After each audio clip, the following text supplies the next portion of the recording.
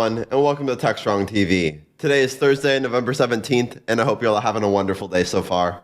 I'm your host, William Willis, and in today's show, we're going to bring you some fantastic interviews with incredible guests from around the world, so stay tuned.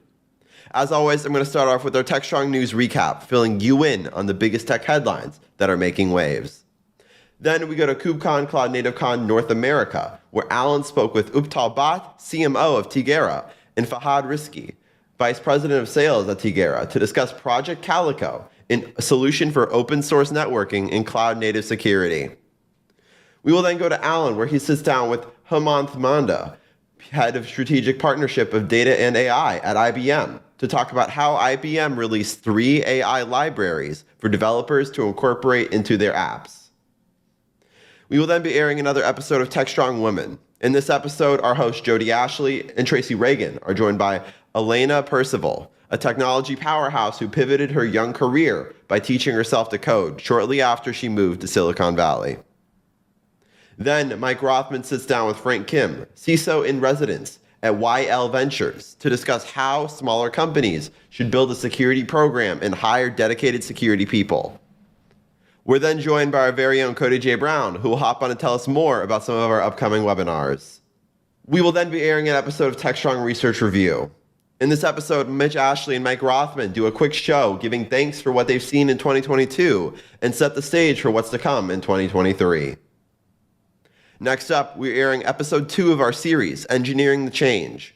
This series will follow the 3 winners of the Engineering the Change Scholarship Program as they tackle a 10-week intensive coding bootcamp and prepare themselves for careers in software engineering. Then, Mike Rothman talks to Dan Lorman, Field CISO for Presidio, as they talk about his correctly predicted view of increasing regulation for incident reporting, as well as talk about other markets where we can expect tighter regulation and what organizations should do to prepare. We will then wrap up this broadcast with 2 episodes of View with Vizard. In the first episode, Mike interviews Ming Gong, newly appointed Vice President of Product Management for Blameless, as Ming dives into how the role of the SRE is evolving as IT organizations seek to bridge the divide between DevOps and IT service management. Then, Mike interviews Jeffrey Martin, Vice President of Product for Mend, as Jeffrey explains why much more code should be automatically patched to remediate vulnerabilities. And that's what we have coming up for you on this episode of Techstrong TV. So without further ado, let's get the show started. Enjoy. ContainerJournal.com is the leading online destination for centralized computing-related content. ContainerJournal.com covers all aspects of software containers, from container management, data management for containers, container security, networking for containers, to the entire container ecosystem, Kubernetes, microservices, serverless, and more. ContainerJournal.com has the largest selection of container-related news, featuring breaking news, blog posts, podcasts, and more. Visit www.containerjournal.com to learn more. Hi again, everyone. Here are the headlines for November 17th. First up, in light of the FTX trading's implosion last week, the cryptocurrency exchange Binance is proposing a fund to save cryptocurrency exchanges from failure. The Binance founder and CEO, Changpeng Zhao, said the company would help create a recovery fund to help exchanges that are strong but are dealing with liquidity issues.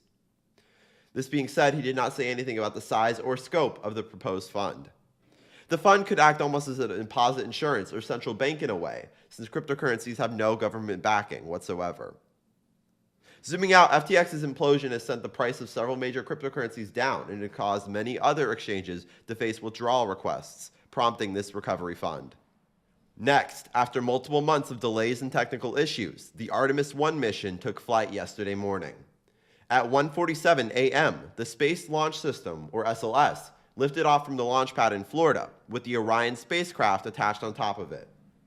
The mission is expected to log approximately 1.3 million miles, and will take a path farther than any spacecraft has gone before splashing down in the Pacific Ocean 25.5 days later. This milestone marks the first mission of many that will push NASA closer towards returning to the lunar surface for the first time in over 50 years. In other news, Google has agreed to a $391.5 million settlement with 40 states over location tracking charges. The case goes all the way back to 2018, when news broke that Google continued to track up to 2 billion users' location, even if they opted out. Google would then use this information to target ads to its users to generate billions in ad revenue. Fast forward to May of 2020, when Arizona filed a state action and won, prompting other states to make their own lawsuits. Zooming out, several of the attorney generals are calling this settlement a historic win, with it being the largest multi-state settlement in U.S. history concerning privacy. Next up, in order to stay competitive in the short-form content world, YouTube has increased the duration that music or sounds can be played on YouTube Shorts from 15 seconds to 60 seconds. Due to newly revised licensing deals, YouTube has said that a majority of music on Shorts can now be played for the entirety of a short, which maxes out at 60 seconds as well. YouTube plans to add this functionality over the course of the next couple weeks, with its goal of this new update is to compete with TikTok and Instagram Reels to control the short-form video world. According to YouTube, Shorts are watched by 1.5 billion users every month and get over 30 billion views a day, which they only expect those numbers to grow. On Digital CXO, we have an article looking at delegating tasks using AI tools. Throughout our days, we have to deal with a lot of monotonous tasks, but a lot of these can be automated with AI. Tasks such as processing data or invoice management can be efficiently automated that will improve the accuracy of the tasks as well as overall employee satisfaction. To learn more, go to digitalcxo.com. On DevOps.com, we have an article looking at how Atlassian added several new capabilities to its Jira project management application to make it easier to manage software development.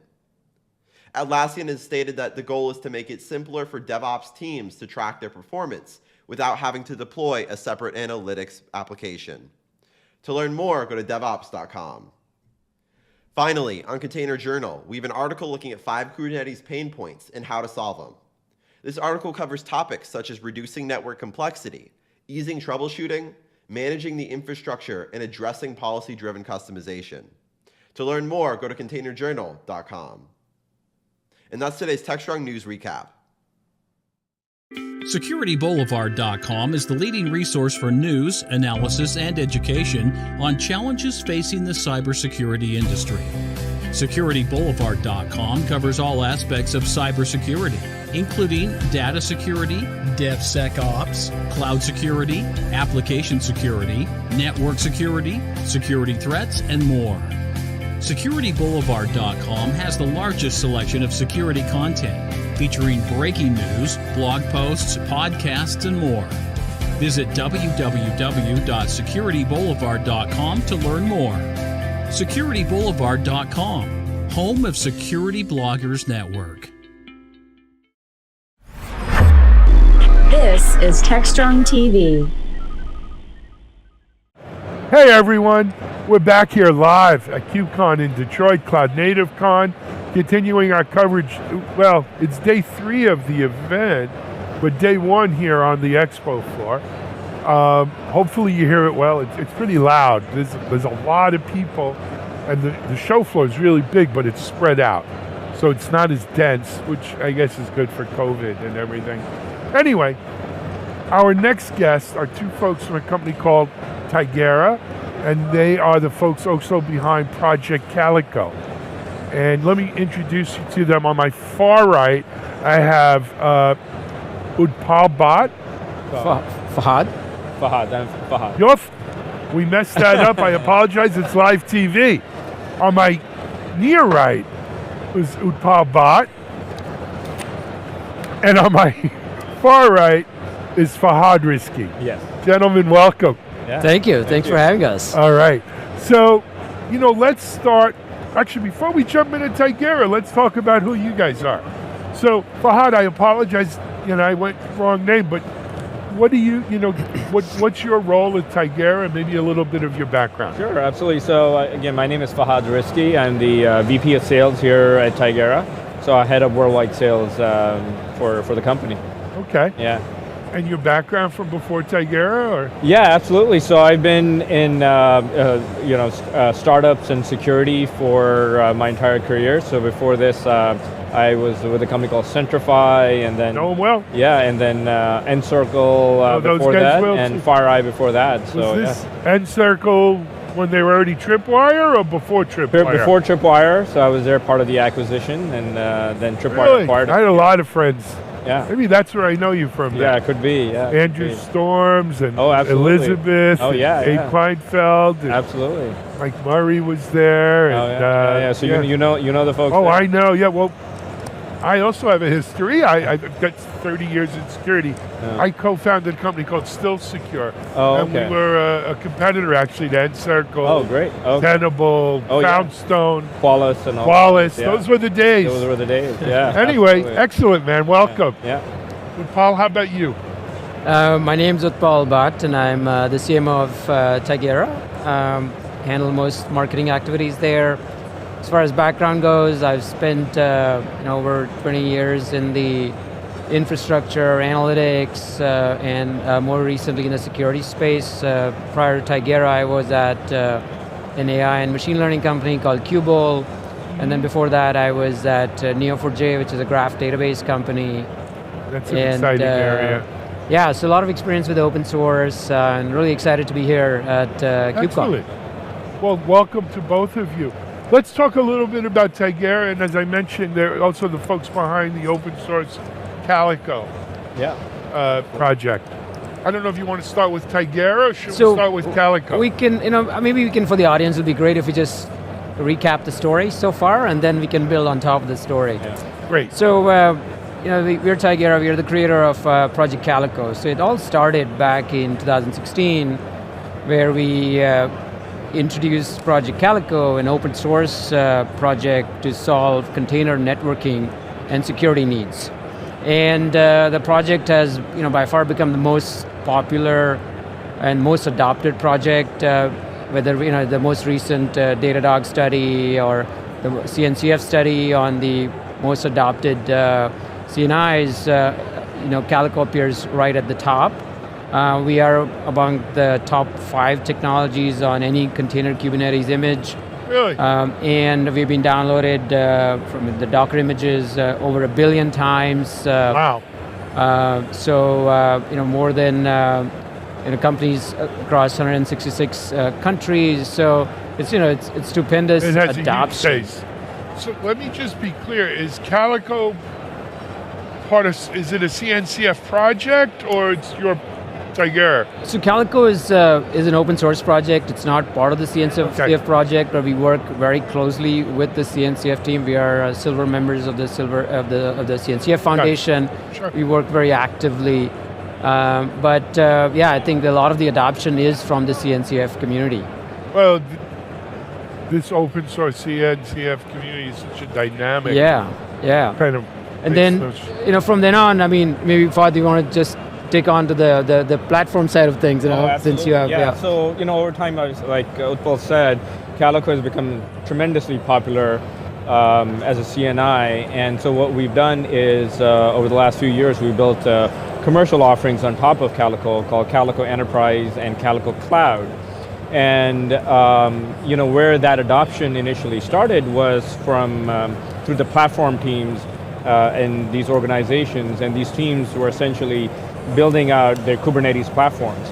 And what they needed initially, and obviously even more so now, is the networking and the network security aspect of things. So from a platform security and the platform team perspective, we provide a host of use cases and solutions for them, solve a lot of use cases for them, everything from like I said, networking and the network security piece, but within that, if, for example, what we do is we provide things like DNS policy and egress access control. So if anybody needs to access anything securely outside of the cluster, they can, or behind a firewall, they can securely do that, right? We provide very deep observability for that Kubernetes environment, so very deep flow logs, to service graph, deep packet inspection, so very deep observability with Kubernetes context, and not just Kubernetes context, because Calico is such a powerful underlying policy engine, it gives you very deep observability that no other solution can really provide. So very quickly, a platform team can look at your Kubernetes environment, can look at a Calico Enterprise or Calico Enterprise dashboard and see very quickly, what's happening on the network, if something's going wrong, where is something going wrong, quickly pinpoint it and fix it. And also, because we not only detect, we also prevent and mitigate, again, because we're a policy engine. So when we do detect something, we'll recommend policies to say, okay, how do you mitigate this attack or mitigate something that's bad that's happening? Yep. So, we provide we essentially, if you think about it for the platform teams, we become the firewall for your Kubernetes environment, right? We essentially become the firewall for that environment, right? So when we hear a lot about, security, networking, and container Kubernetes environment, you start thinking or hearing about service mesh, right? And that becomes sort of the communication layer for networking and security to work in. The way I'm hearing you describe it, though, is Calico and Tigera sits below the service mesh layer, right on Kube itself. Yeah, and so working in there, or does it? Maybe I got it wrong. It's a great question. So when it comes to like I said, it started off as the container networking and security interface. But what Calico provides is the ability. So when you talk about the service mesh, the primary use cases for a service mesh are security, observability, encryption. So when it comes to those types of capabilities, whether it's you're looking at it for a single cluster or you're looking at a cluster mesh, Calico can provide that because Calico enables connectivity between the clusters, so pod-to-pod communication. It enables policy, the application of policies all the way from L3 to L7 layers, so even at the HTTP layer, and then it enables cross-cluster observability. So a lot of the functionality that an organization is looking for, let's say if you're deploying a multi-cluster environment where you have microservices running across multiple clusters, and you want to present a single management plane through which you want the services to be visible, Calico can enable you to do that in an operationally much simpler way. We also integrate with service meshes. If organizations want to use service mesh, let's say for traffic shaping or for the core service mesh use cases, but for specifically for security, observability, encryption, Calico does a lot of those. Offers a lot of that functionality. And then one more thing that we do is Calico. Over the years, we have expanded our footprint to cover the entire CI/CD pipeline. So all the way from vulnerability management with image scanning, admissions controllers to KSPM, and then runtime security by looking at your container activity or by your network activity. We can alert you on any type of threat. So our value proposition really is that it's a active security for your entire Kubernetes platform, whether it's that helps you prevent threats from happening or prevent attacks from happening, to detecting the attacks, and then if attacks do happen, mitigating those by deploying mitigating controls to prevent them from becoming into a disaster. Right. And the last thing about Calico is done is eBPF is a very hot topic, and Calico supports eBPF. It's one of our primary data planes. And we use a lot of eBPF in our solution as well for a lot of runtime threat detection and observability. Okay, so let's turn our attention now though to where kind of Calico leaves off and Tigera provides, right? Where's the value add? Yeah, so as we were talking about, so Calico open source is primarily addressing your networking I get it. and your network policy needs. Calico Cloud and Calico Enterprise, which are built on the open source foundation provided by Calico, they provide advanced security, observability, and the cluster mesh capability. And that's sold more as a service. Correct. It's not an open source tool that you're kind of configuring yourself. Correct. You're correct. Got it. Yeah. And that's kind of the main Tigera kind of offering. Correct. So think of it as networking. A lot of what we provide for networking is free. It's in the open source domain.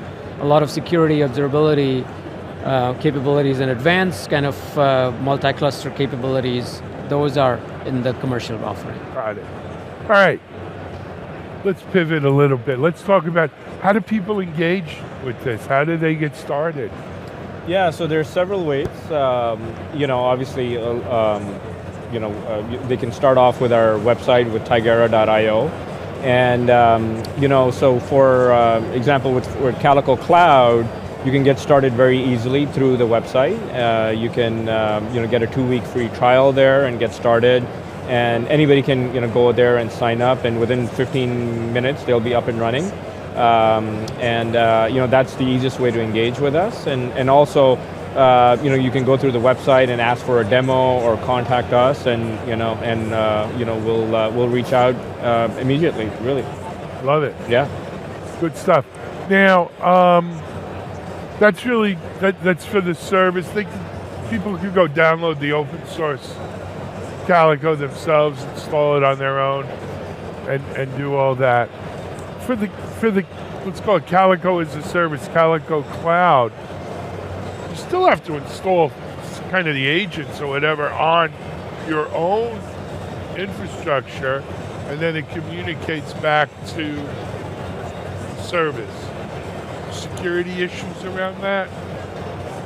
No, so the way it works is the management plane that we run is sitting in the cloud, but the data plane is alongside your Kubernetes cluster. On your own. Right, and so what we're doing, so that's kind of sitting inside your environment, and then what we're doing is we're collecting the metrics and sending it up to Calico Cloud. So there's no security issues there. Love it. Excellent. And again, it's tigera.io. Tiger. I'm sorry. They don't hear this at home, and you guys aren't hearing this at home, but there's like a train that goes around here, and it sounds like a car or something. Yeah. But thank God the mics mic it out, filter it out. Anyway, it's Tigera, Tigera.io. that's right. And that's the place to go get all this information. Absolutely, yeah. And if you love Calico, you'll love Calico Cloud for your security and observability needs. Absolutely. Excellent story, guys. Fahad, Utpal, thank you for joining us. We're taking a break. We're in Detroit. We're wrapped. Well, we probably still have another hour or two, right, of coverage today. We'll be back in just a moment.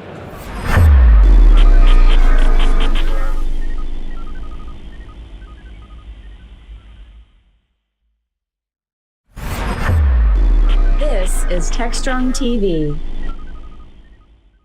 Hey, everyone. Welcome back to another Techstrong TV segment. I have I think it's going to be an interesting interview. Great discussion. I want to introduce you to Hemanth Manda. Hemanth is the head of strategic partnerships for data and AI over at IBM. Hemanth, welcome to Techstrong TV. Thanks, Alan. Thanks for having me. It's a pleasure to have you on. So, look, it sounds like a really cool job, head of strategic partnerships for data and AI at IBM. Why don't we start there, though? Give people a little bit, beyond the title, what your role is. Yeah, it's a very interesting role, Alan. Previously, I was in product management, but this is very cool. I get to work with partners both on the inbound side of the spectrum, where we are working with their products to take them through our go-to-market channel, but more importantly, taking our products through their go-to-market channel, which is what we're going to talk more about it. Also, I get to work with hyperscalers such as AWS and Azure. So it's looking at inbound, outbound, as well as hyperscaler marketplaces.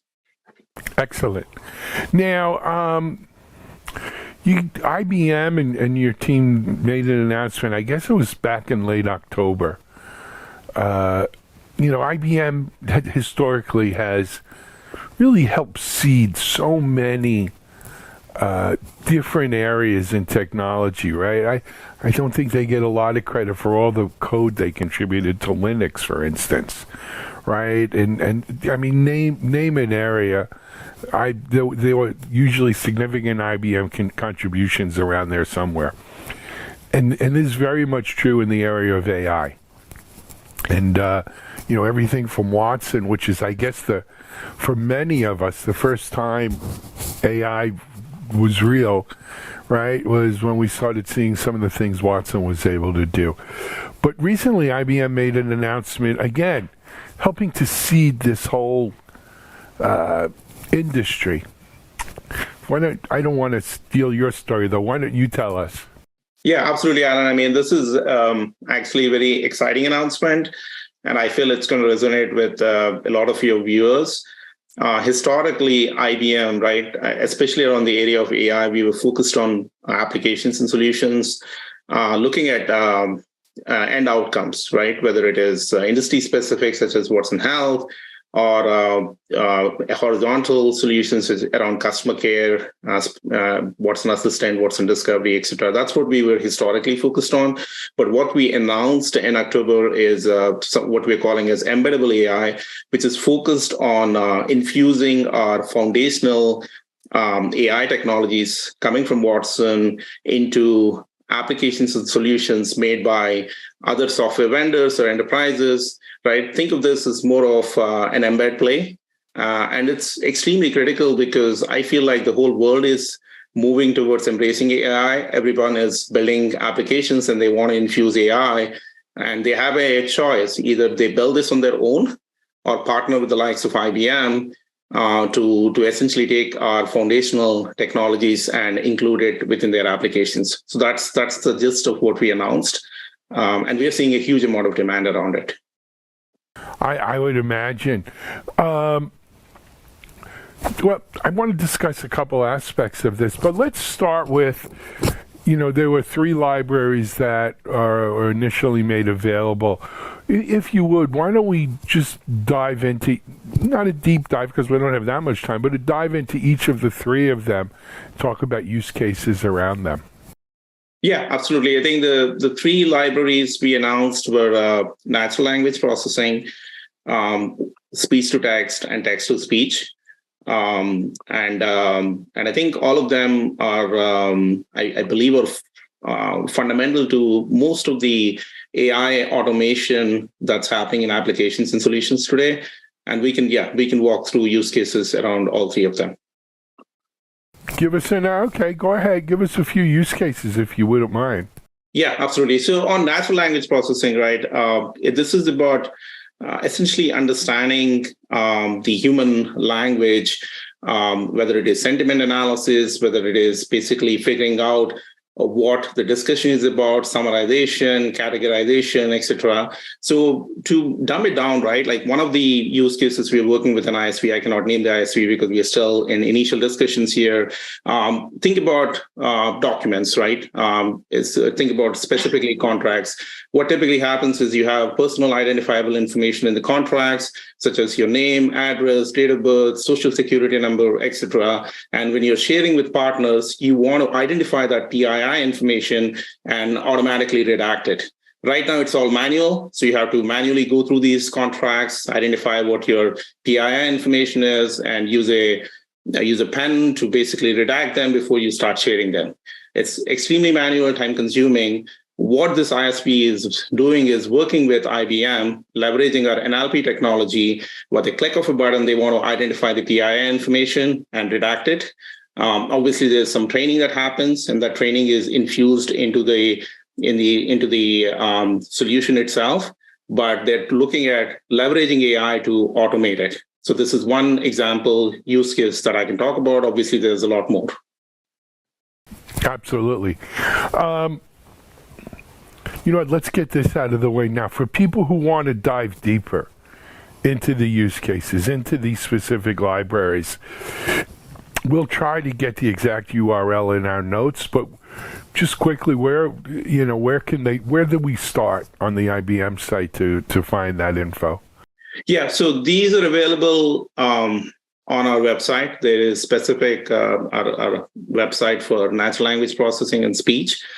Both the detailed use cases, also a trial, a 6-month trial, if they want to try it out themselves. We also have an experience self-service trial, which is you don't need to deploy anything. If you just want to try out the art of the possible, we are also making it available. So all of that is available on our website. Okay, and we have the URL. We'll try to stick that in the notes there. So before we jump into future plans, I want to talk. A good part of our audience is the developer audience, right? Software developers and DevOps people, cloud native folks. I want to make clear that these libraries, they're not in and of themselves applications. They're libraries, hence the name libraries, right? That developers can incorporate into their applications. So this is really, part of the developer tools, if you will, which, look, IBM's a good part of their bread and butter was always giving developers the tools they need, right, to be successful. Let's talk about how does a developer use these libraries, right? How would we build applications with them? Yeah, it's a very good question. One of the things that I would like to emphasize is this particular launch right around embeddable AI. It is very much focused on developers because we want to bring AI to developers. And part of that focus is to essentially ensure whatever we are shipping has APIs, has documentation, is developer friendly. And we also have flexibility, right? Because developers would like to basically pick and choose what is best for their specific application or use case. So we have the way we have packaged it, the way we have structured this is by ensuring this is developer friendly. And not only that, we are ensuring that the framework is consistent across our libraries. So if you as a developer would like to include like both NLP and speech, or in the future NLP and time series, the framework and the API structure would remain the same so that it's easy for you to include them. You don't need to go through a learning process or a training exercise to understand how to include one library versus the other. Excellent. All right. So, in talking off camera, these three libraries that IBM has now made available are really just kind of the tip of the iceberg. Yeah, absolutely. I think we have significant plans for future, and we want to expand the set of libraries we offer. Sure.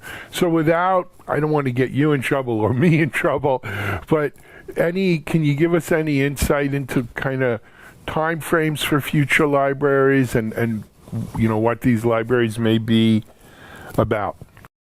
Yeah, absolutely. Alan, so next year we're planning to launch at least 2 or 3 more libraries. Things such as document understanding, which includes OCR and other capabilities to be able to read and understand documents. We are also looking at time series, which is around forecasting, right? Because there are a lot of applications out there which want to predict the future, and they typically leverage time series libraries. So that's something that we are planning to launch. There's also a lot of focus around Watson Trust libraries, because the thing about AI is, while it is great, you can automate and predict future, but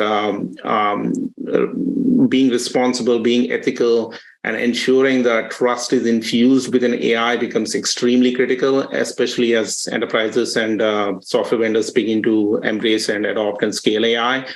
So we have a set of libraries around trust that we also would like to commercialize next year or the year after. Sure.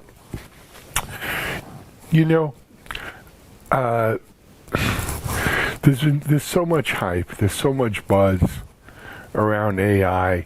I will tell you, even in our little business here, every day our editorial team is messing around with these AI article generators where you put in a couple of ideas and it writes a story for you, right? And we're watching it closely. You could still separate an AI generated story from a human, for the most part, from a human written story. It's not quite there, but it's getting there. There's no doubt about it. Last week I saw another one, an AI empowered PR agency.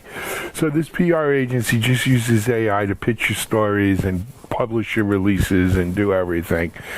Kind of like robo PR. So So there's real world examples. Of course, the whole Watson thing is real, right? But there's also so much overhype and buzz and future talk around AI. Where does this fit, Hamed? Look, it's IBM. You guys can't be BSing it, right? Rubber meets the road here. Have we had people develop applications with these libraries already? If so, can you point to any of them? Yeah, absolutely. So it's funny that you ask, because the genesis of this whole initiative is internal.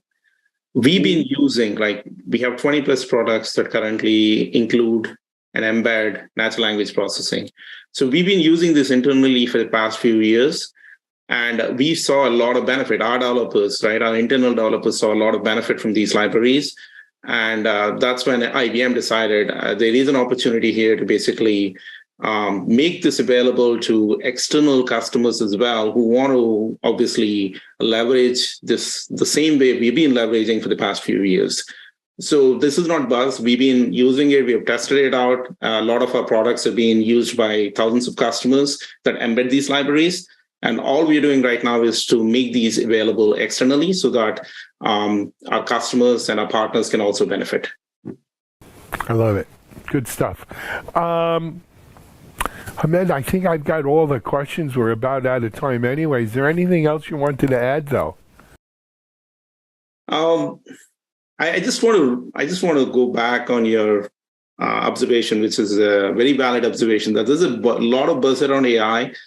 To me, AI is three things and three things only. It's either about predicting the future, which is around forecasting, or about automating things, right? Typically mundane things, but you can also automate complex things if you put enough effort into it.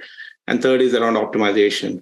So anything above and beyond those three, in my opinion, is pure buzz: forecasting, automation, and optimization.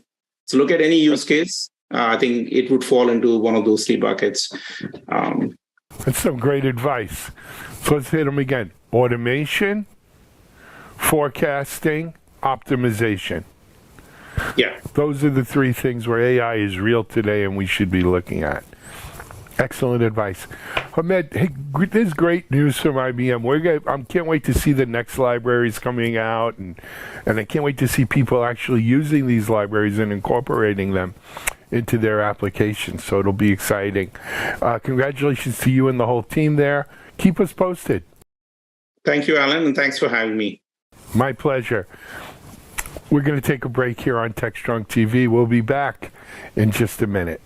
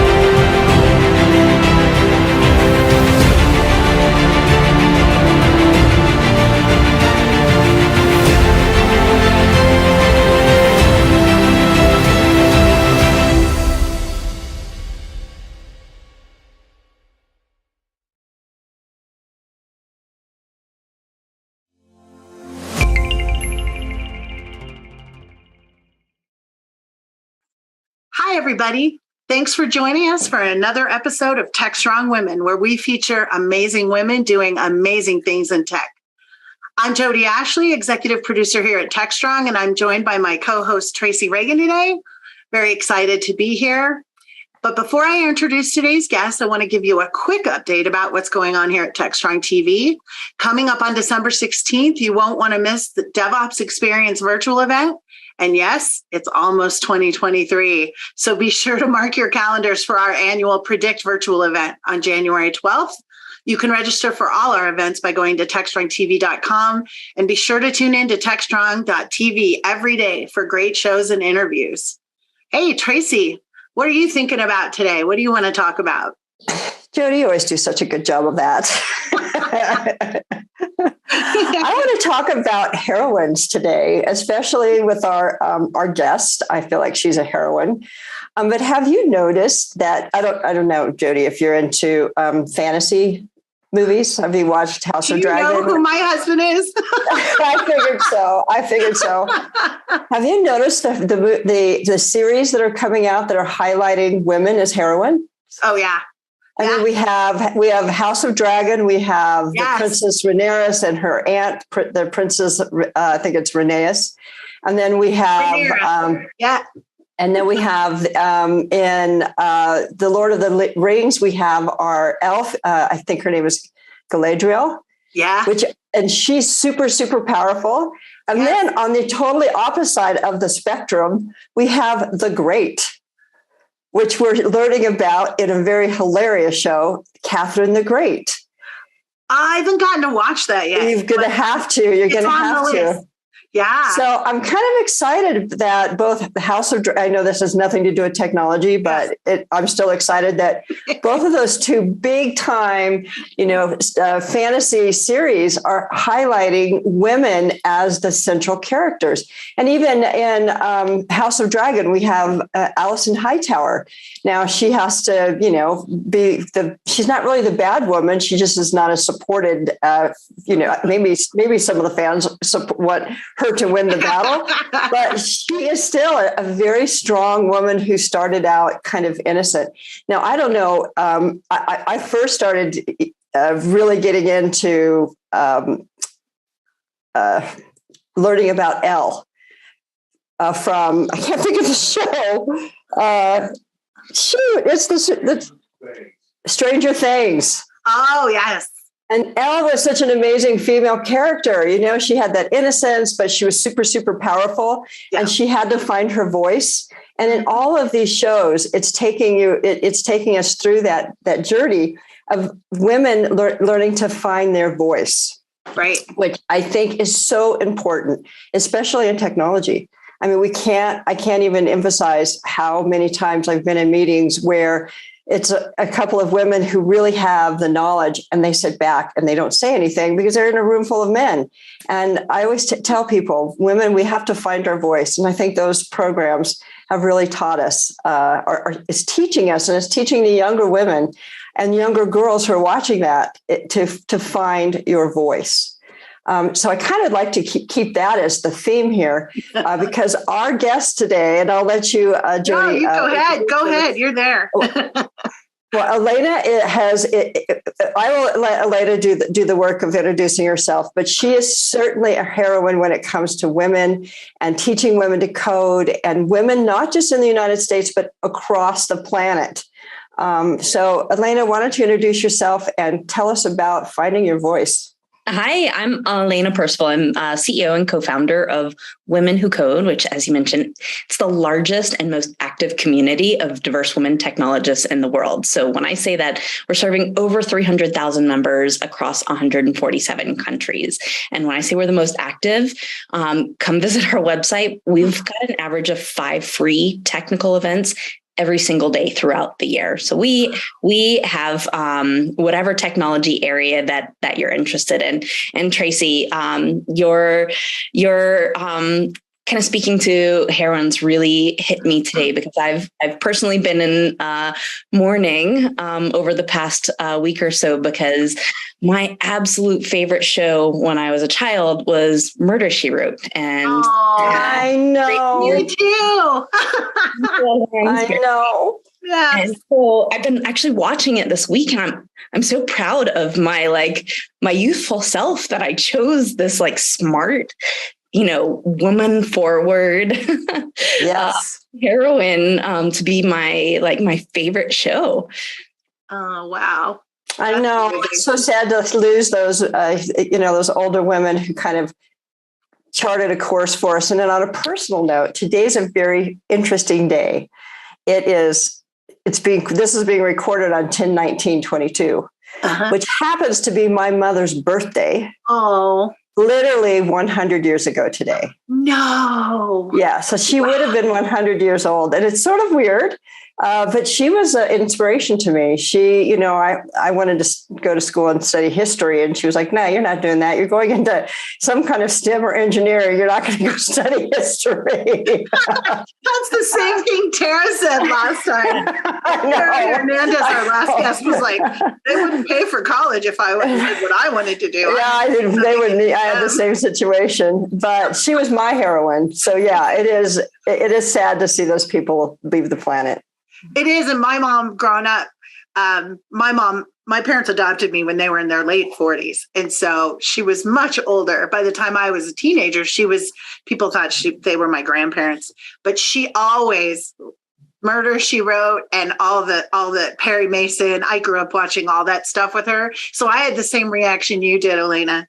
When it just made me think of my mom and how much I missed her and watching all that stuff growing up, and drives my family crazy now because I'm such a mystery buff. I can figure everything out like before it happens. And my husband will just look at me and go, freak. So that was a huge, huge loss this week for sure. So, Elena, why don't you give us a little bit about your background? Tell us what did a young Elena look like? Yeah, so I wound my way to my current path, just like I really think most people do in their lives. I'm from Atlanta, Georgia. I'm actually living here now. And when I graduated from university, I wanted to challenge myself. I wanted to live abroad. I wanted to learn a foreign language. And it's very difficult to get a job in a foreign country if you don't already know the language. So I got a congressional scholarship to go and spend a year in Germany. And so I was learning the language and building my network, making connections. And I ended up getting a job at Puma, the performance wear company. And so one of the things that I would do when I was there, because I didn't immediately get my dream job, I would go over to different teams at the end of my day and say, hey, what are you doing? Could I help you with something? And so I ended up getting promoted onto a team that I had kind of gotten really interested in pretty quickly. And so my next role in the organization was overseeing or product manager for our niche products, which is all the non-core competency products. Like Puma was selling a folded bike for a while, and the stores don't know how to do that. Greece, it's a vehicle, and so we needed to work with the legal team, and so it did a couple of things.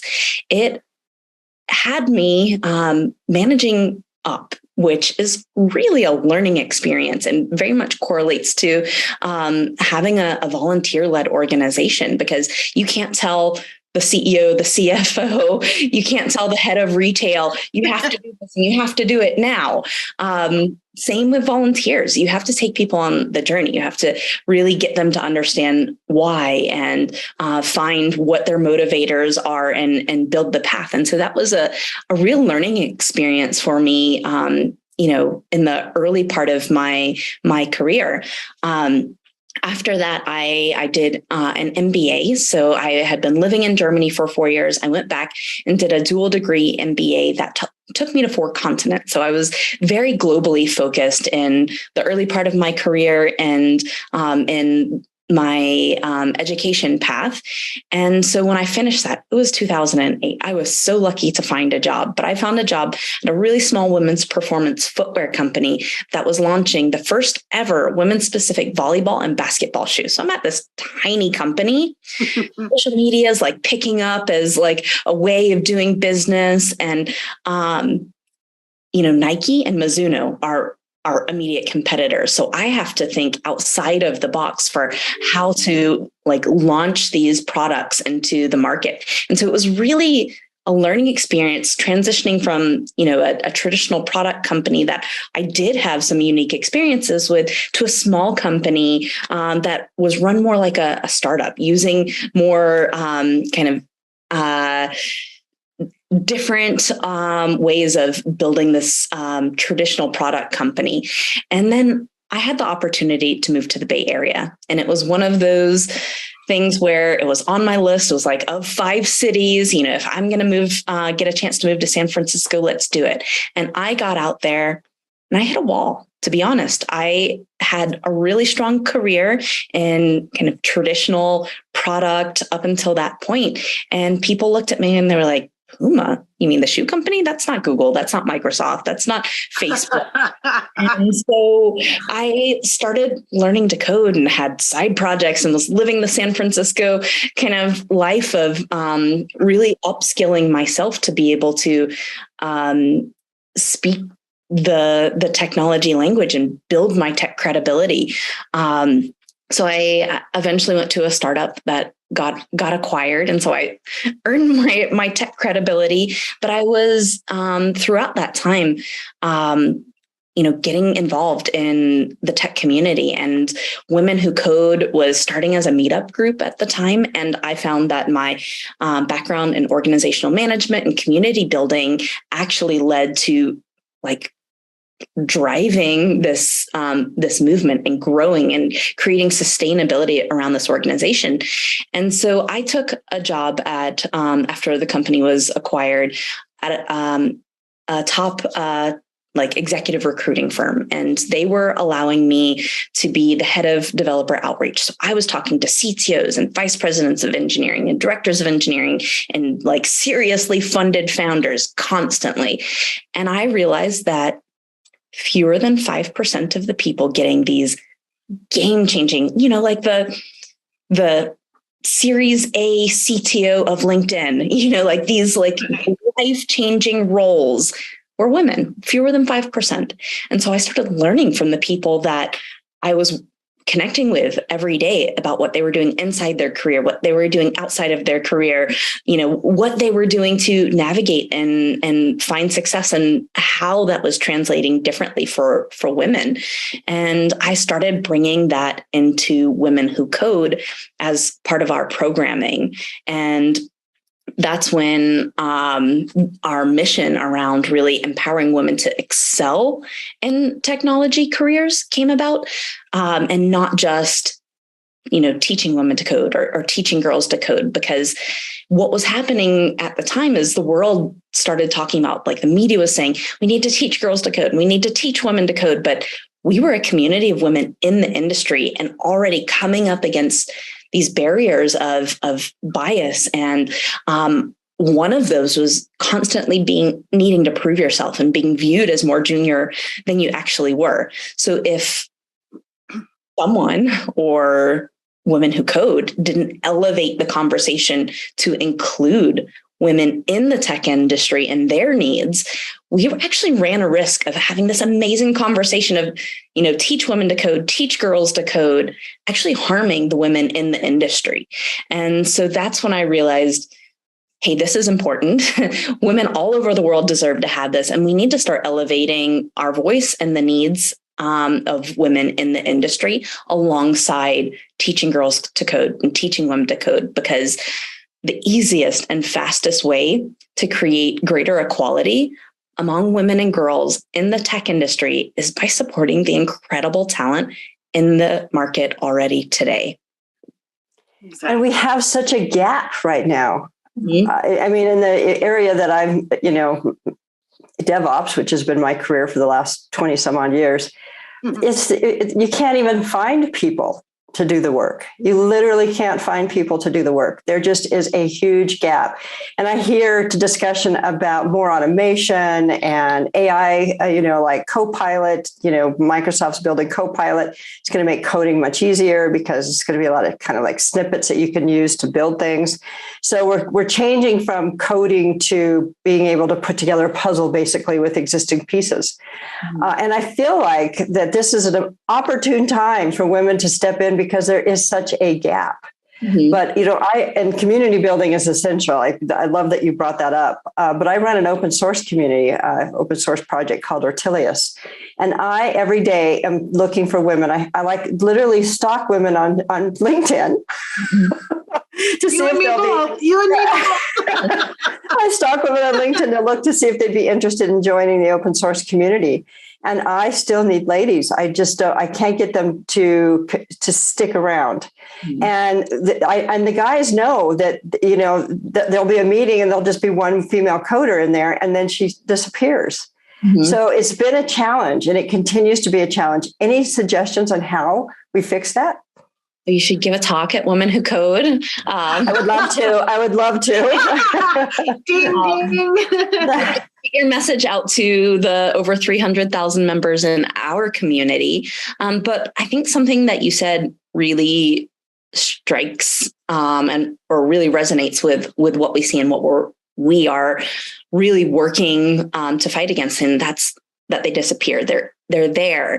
But right now, about 50% of women, technical women in their careers, drop out at around the 10-year mark, right when they're poised, when they should be accelerating in their career path. And that's because they're coming up against kind of biases in their career. Throughout their career, you get on a bad project. Maybe it's there's a bad team member or bad team leader, or, you see your peers who have less experience, less qualifications, getting the promotions, and you're not the one getting the promotions. And so what we see and hear women doing is hearing messages like, oh, you're so good at really working and bringing people onto your projects. Have you thought about recruiting? Instead of saying, oh, we should promote this person, or, oh, you're so good about talking about the product. Have you thought about marketing? Like I literally had someone with a master's in CS from Stanford encouraged to take a marketing path at a technology company, and their male counterparts would absolutely never hear that message. And it feels encouraging at the time because it's like, oh, you're so good at this, you should do that. But the message that needs to be heard is you're actually exhibiting leadership skills, and we should be harnessing those and promoting you. Well, don't you find that just by virtue of some of our personality traits as women, that it's taken as a negative? As an example, my daughter is an actor and she's a director, and she's become an intimacy director, which is this brand new emerging field in the industry of film and theater and stage and opera. And she's busting her butt all through the pandemic to learn this, to get this new skill so that she can work, because she couldn't work at all. And she did a debrief the other day with one of the theater companies, which I won't name, in Minnesota. And the two women that she worked with, the female director's feedback to her through another person, not even one-on-one, was that she was too bubbly. And I was like, she's 27 years old, and her whole job is to make people comfortable on the set of a production with the intimate parts of being in a theater, opera, not just the sexual parts, but just some people don't want to be touched on their arm or their shoulder. And you need to think about these things before you do them. And she was told in a job where making people comfortable that she was too bubbly by a female director. And I was like, a man would never be told he was too bubbly. Yeah. I was like, what the heck is wrong here? Because it's women doing it to other women. And she was just like, she has a great cohort of people that support this job she's doing because it's new. And she went to them and they're all like, just move on. But it's crazy that we do it to each other too. Yeah. You brought up an important point. This isn't saying, when we're talking about this is ingrained in our culture and something that we need to overcome culturally. It isn't all men. It isn't all women. It's the way women are kind of viewed, the way they're nudged, the way they're told to succeed or not succeed. One of the big things that we do at Women Who Code is trying to overcome the social barrier to women talking about their successes. So if a woman talks about, hey, I was on Techstrong Women and, I'm on here with all of these other great, talented people. I deserve to be there. I sound like I'm bragging. Whereas on the male counterpart can talk about the successes that he had just a part of, I got mentioned on Techstrong Women. Woohoo, I'm famous. And it's socially acceptable to really drive forward your career successes. And so that's a bit of a comical example, but what it really hit me when I was speaking with a director of engineering at a company. And I said, hey, it's a little more difficult for women to talk about their career successes. It's a little more difficult for society to hear us do it. And she was like, oh, Elena, you're right. I'm actually senior director of engineering now, and I've been embarrassed to update my LinkedIn profile. Oh, that's the saddest thing ever. No. It is really so sad.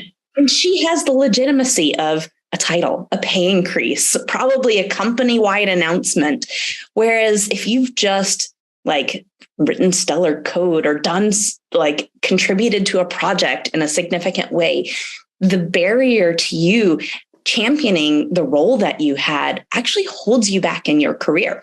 Because in her circumstance, where she had all of these external factors saying that she deserved to have this, I don't know to invite her to join my board because, she's so senior, or to invite her to be a keynote at my conference, or, you don't know to have her come and speak on your show.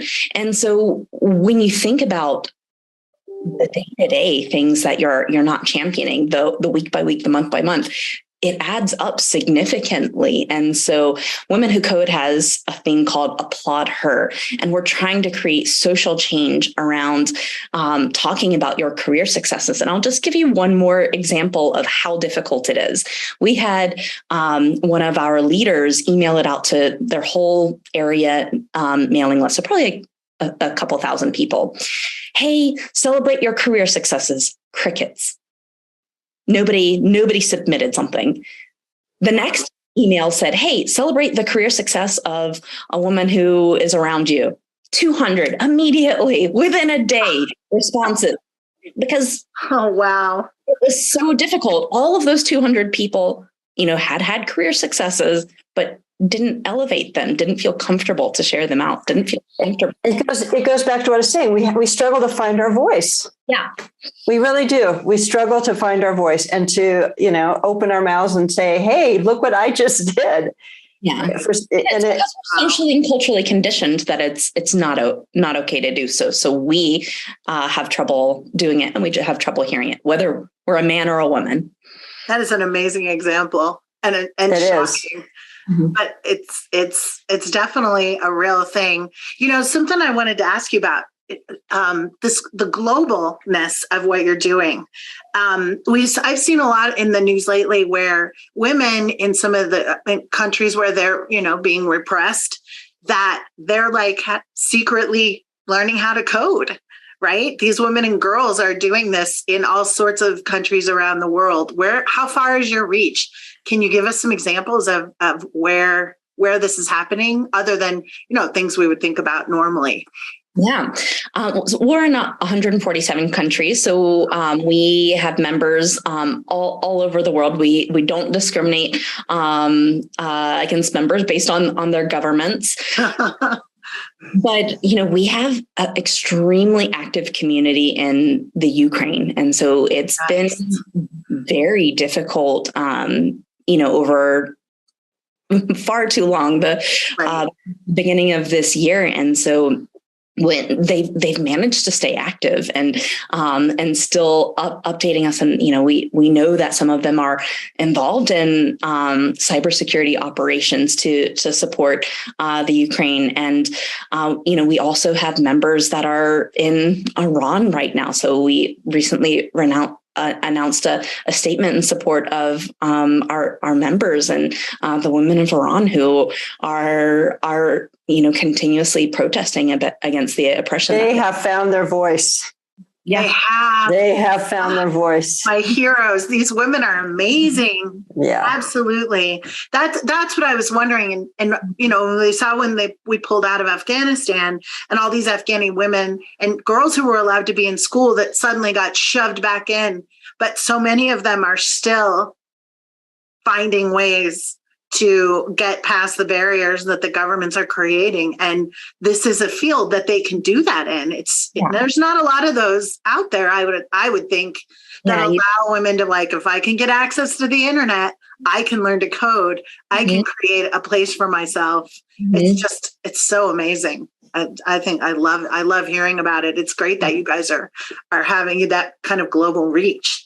And it represents a tremendous opportunity as well, because you can use a VPN. You can be behind the protections of the internet, and you can work remotely. So, where in areas where women are oppressed or prevented from working in offices, technology presents a tremendous opportunity for career paths. So how can we hire some of your women? So Women Who Code has a job board. So if you're posting jobs on any job board, it's a highly niche community. Your company should absolutely be doing it. But really, it's important to actually be supporting the work that Women Who Code does. So we don't charge membership, but it costs us $27 to provide a year of free programming to each of our members. And we heavily rely on partners who we, create partnership agreements for them to support the work that we do. And it's important to be authentically supporting the community, not just taking from the community or showing up and heading out. And so, becoming a partner to Women Who Code, supporting our events and the program that we're doing and providing to build a sense of belonging, increase knowledge, and develop leadership skills among women in the tech industry is critical. We could not do it without our partners and donors. That's amazing. That's amazing. Well, I'm definitely going to reach out to you about getting some of your women to join our open source community. I hope they will. I hope so too. We did have a few women from Africa join for a while. They ended up getting jobs, and then they got so focused on their jobs they weren't contributing anymore. But it was great to have supported them. We did a lot of education around, Google Cloud build and getting them to be more kind of DevOpsy engineers. And they both went off and got jobs in the area. But that's an utter success story. Even contributing to the open source project, it's the absolute best outcome. And people don't know that about open source. People think open source is really smart people getting together to code, but in reality, it is a training platform. It's an education platform of a real project to work on. And we use it that way. We use it as much as we can. In fact, now we're doing some work around blockchain, and we got a grant for it. So we get to pay people who are working on that part of the project. So it encouraged them to learn more. And I'd love to have more women doing that. Yeah. Well, we have a blockchain track at Women Who Code, so we should definitely amplify that opportunity to the community. That would be great. What are the age groups for Women Who Code? Like what kind of? We don't discriminate based on age, but the average age is about 30. Okay. So do you use any of the Girls Who Code organizations do you outreach to those as well? Because I know those are becoming super popular too. My granddaughter is learning to code. She's 12 and she thinks it's a lot of fun. Her brother was trying it and he was 14 and she's like, well, she's one of those, I want to do it. If he can do it, I can do it. So yeah. I applaud your granddaughter.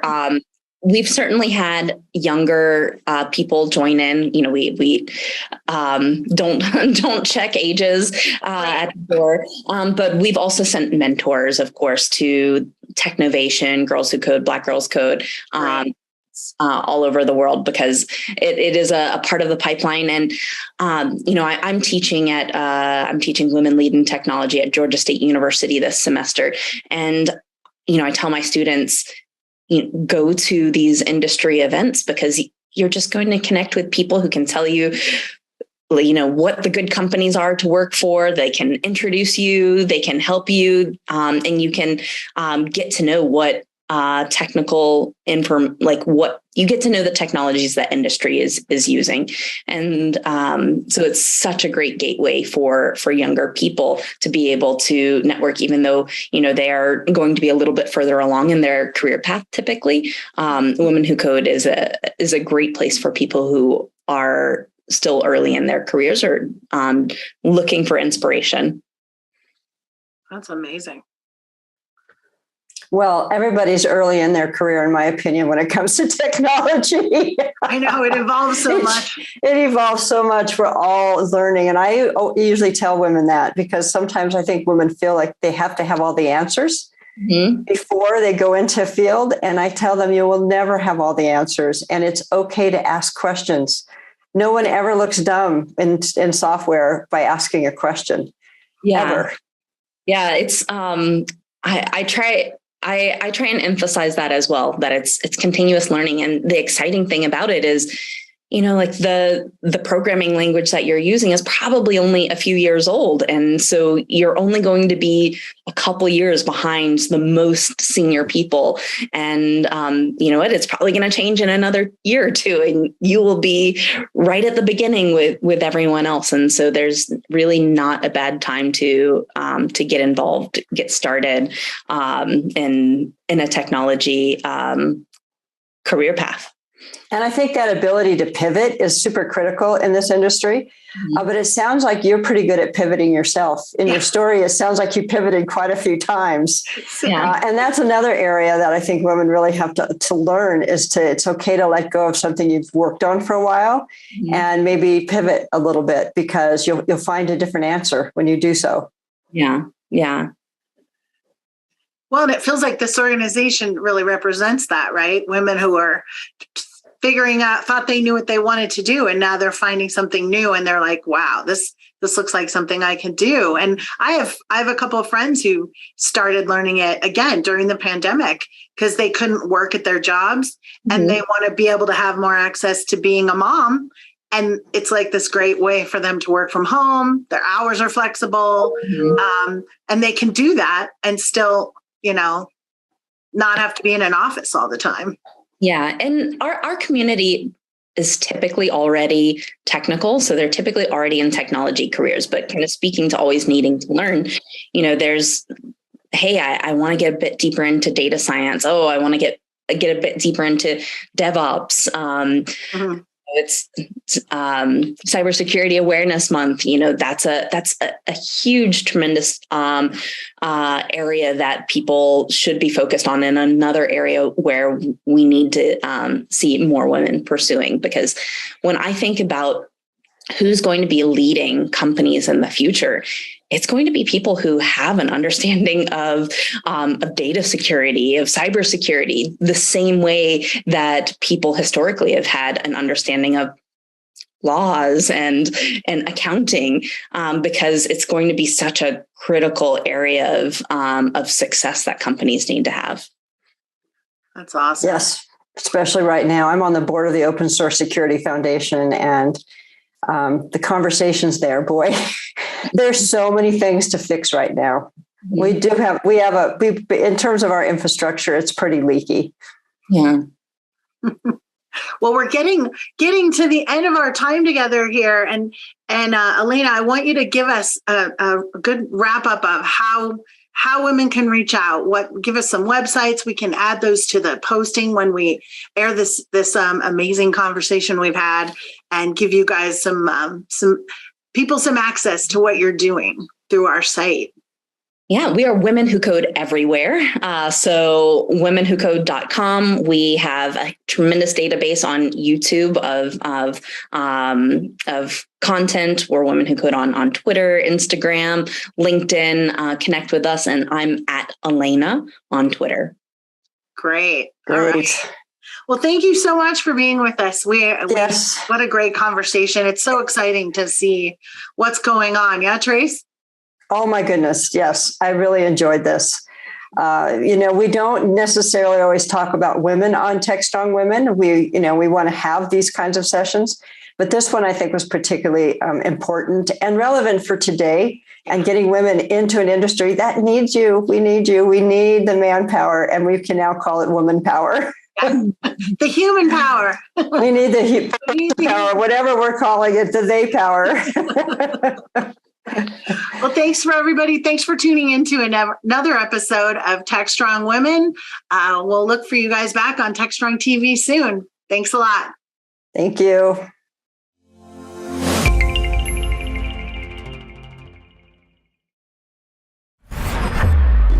This is Techstrong TV. Hi, welcome to another episode on our Techstrong TV interview. I'm Mike Rothman, General Manager of Techstrong Research and Chief Strategy Officer of Techstrong Group. I'm very pleased to be joined here by Frank Kim, who is CISO or one of the field CISOs or, partial CEO. You can explain what your exact title is for YL Ventures. YL Ventures, if you haven't heard of them, is a very exciting, seed stage venture fund, funds, I guess we should say plural. And they find very cool technology, security technology in Israel and help to productize that and make it into a thriving company. They've had a number of different outcomes thus far. So again, very exciting tech, very exciting partnership and company. And I'm pleased to have Frank here. So Frank, why don't you just introduce yourself? If I mischaracterized anything about YL, don't be bashful. Just correct me and say, Mike doesn't know what the hell he's talking about. So, feel free to correct me on that front. Well, hey, Mike, first of all, thanks a lot for having me. And hey, as you maybe inadvertently mentioned, titles, don't really matter. But, hey, I guess we'll get that out of the way. I am the CISO in residence at YL Ventures, helping entrepreneurs and founders get from idea to eventually company, to eventually product, to eventually seed stage investment and beyond. And I'm also a fellow at the SANS Institute, where I lead the cybersecurity CISO leadership curriculum and the cloud security curriculum as well. So helping both founders and students in their journeys to securing their organizations. Yeah, that's great. And really, what I think makes sense, given your background, Frank, and a lot of what you're doing today, is really to kind of hone in on this concept of, what is a security program for a smaller company, right? When do you start it? And whether it's one of the startups that you're working with, kind of within YL, whether it's, some of the folks that you're advising and working with on the, SANS Institute side, that's one of the questions I get a lot, right? From practitioners who maybe aren't full-time security. And they're like, when do I start? What kind of tooling do I need? What kind of policies do I have to put in place? Do I have compliance, issues that I've got to deal with? So I love to just get, to kind of start with a pretty broad one, right? Your perspective about, what, where, and when, right? From a security program standpoint for, whether they're startups or smaller companies that maybe haven't invested in that thus far. Yeah, sure thing. It's you raised a key point there because, as a CISO, as a security leader going in, we might have some of these preconceived notions sometimes of how we want to build out the program, but it really is stage dependent. It depends on the stage at which the organization is at, and therefore where the business is at. I had an engagement with a company, a $1 billion plus valuation company that a little while ago, and they had a CISO. But long story short, that CISO wasn't lasting very long. And I was talking to the CEO, and she said, hey, I kind of feel like the CISO kind of changed the script a little bit on me once they came on board. And even though we've gotten a lot of funding, the stage of our business is not one where we can invest hundreds of thousands of dollars in an EDR solution, hundreds of thousands of dollars in other solution. And the problem was, well, in that particular case, the CISO didn't realize what stage the business was at. It was kind of taking that traditional, if you will, enterprise playbook and trying to adapt it, apply it to a business where it didn't really make sense. And, they didn't realize at that stage that CISO's job was probably more 80% sales enablement, marketing enablement, customer support, things like that. And whatever it might be, 20, 30% on actually building out the capabilities themselves. Now, the problem is that can quickly shift, right? From 6 months, 12 months, within a year, as the company changes, as the company grows. But that's the challenge that we as CISOs have, is adapting to those changing market dynamics. That's right. And, you know, I do have a little bit of experience in this, having started up a number of my own, you know, kind of companies.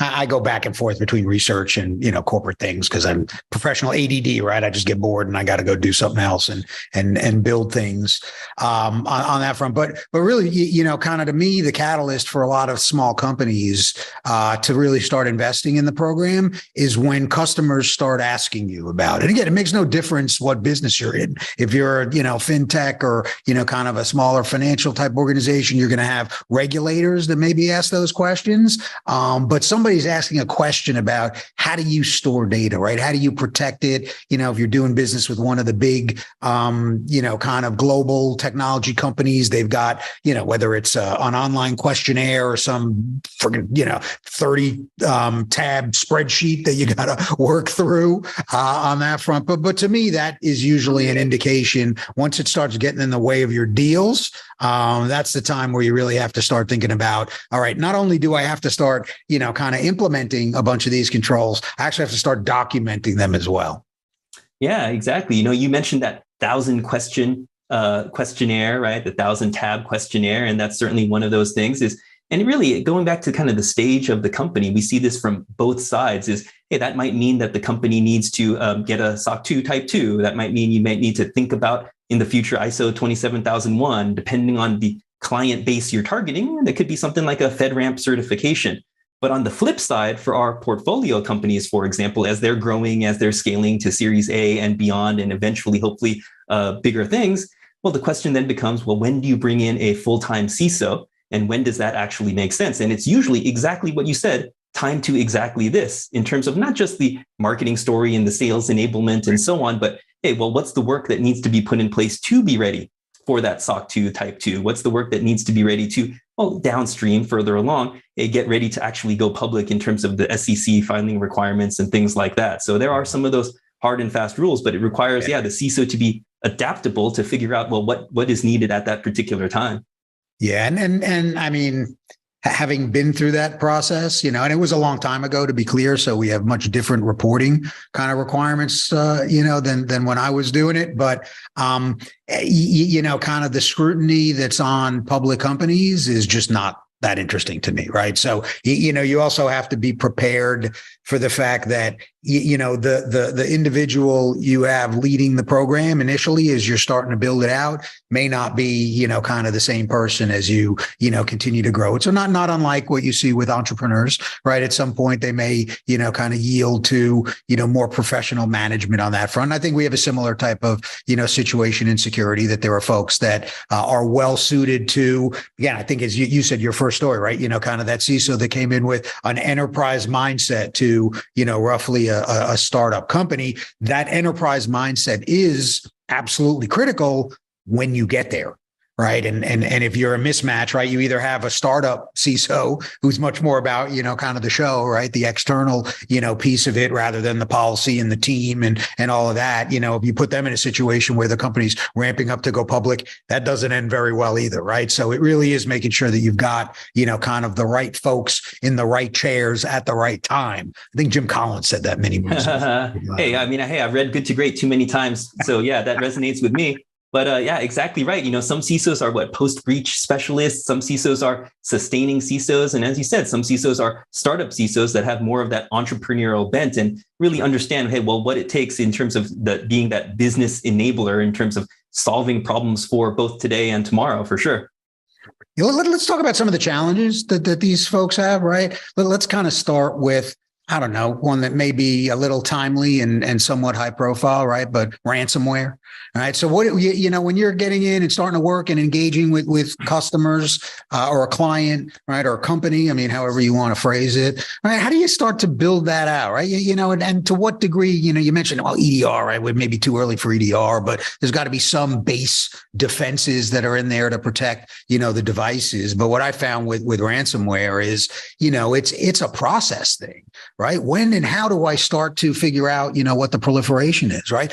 When and how do I understand how much of my data is actually at risk? What provisions do I make to possibly pay the ransom. And I'd love to, get your perspective on whether that's a really, bad idea or a necessary evil, in this, kind of environment. But if we take that as kind of the stalking horse, how do you start to take this, we have this, kind of squishy, mythical program and make it into something that becomes pretty tangible for, kind of companies that are trying to figure out how to behave in those situations? Yeah, well, kind of let's take it in two prongs here. First is maybe a little bit more technical, and then we'll focus a little bit more on the business. On the technical side, it depends on the organization. If it's a cloud first company that's doing things from scratch, a relatively new organization, the good news, in my opinion, is that there's a lot of cloud capabilities that help make it easier to get some of these processes in place in terms of recovery, resiliency, availability, and so on. But from a business perspective, yeah, that's the bigger question. We see all of those headlines all the time of company X, healthcare company Y, other company Z. They've gone ahead and paid the ransom. And that is an indication that, well, one, they didn't have the processes in place. They didn't have the backups in place. They didn't have the data anyplace else. And the cost of not having that data, of course, was much greater than the cost of paying the ransom. So it became just really, just a business transaction, right? Yep. And that's the risk trade-off. A lot of times, for better, for worse, security leaders, we don't realize necessarily that our job is not to implement technical controls. Our job is to manage information risk. And that's helped to manage and mitigate the cyber risk that the organization might be facing. Sure, ideally, we'd have those preventative controls in place and processes in place ahead of time. But really, to get a seat at the table, we need to understand, hey, well, when do we pay the ransom? What do we advise or not? And truth be told, we're not going to be the one making the decision on paying the ransom, but we've got to be giving the good advice that gives the accurate description of what the trade-offs actually are.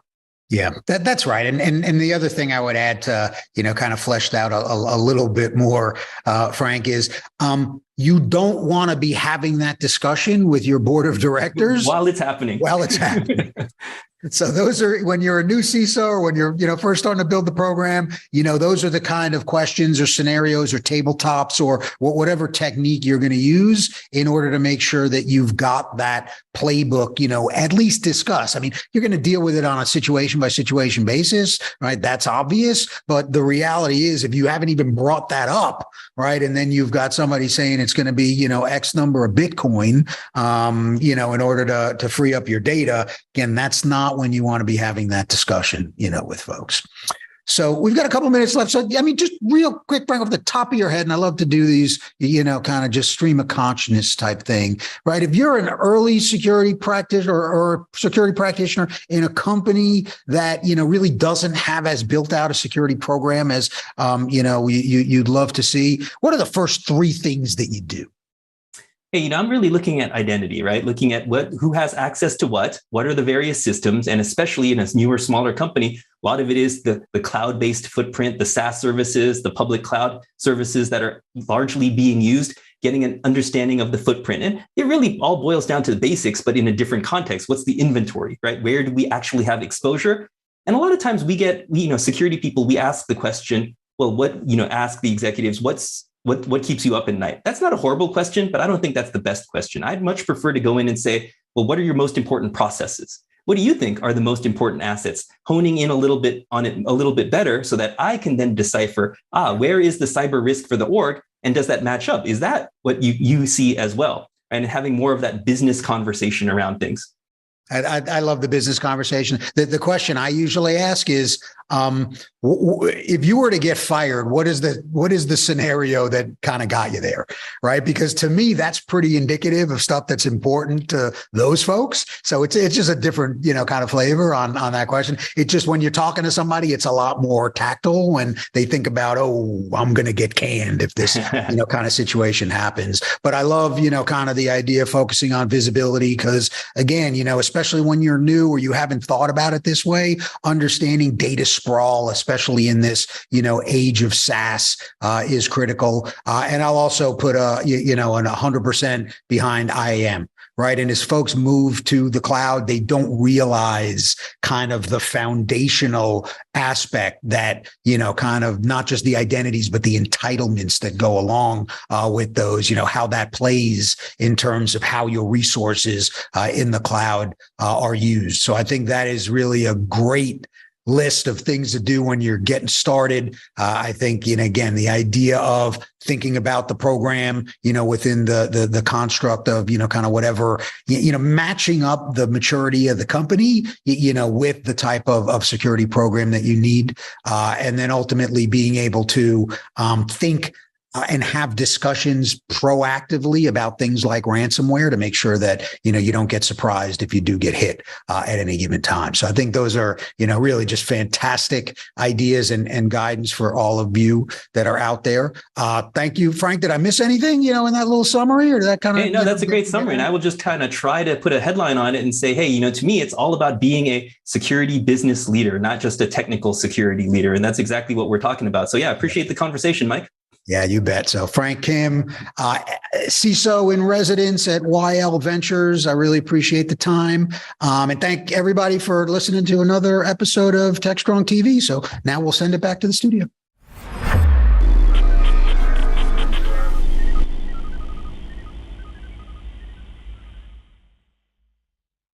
CISO Talk, to hear how real-world CISOs are dealing with today's real-world issues. From enabling secure remote workers to accelerating secure cloud adoption, defending against a pandemic of security attacks and beyond, CISO Talk covers the cyber topics you want to learn about. With your hosts, Unisys CISO Matt Newfield and Media Ops CEO Alan Schimmel, featuring a revolving panel of CISO cyber experts. This is where CISOs talk. Join us on digitalanarchist.com and techstrong.tv.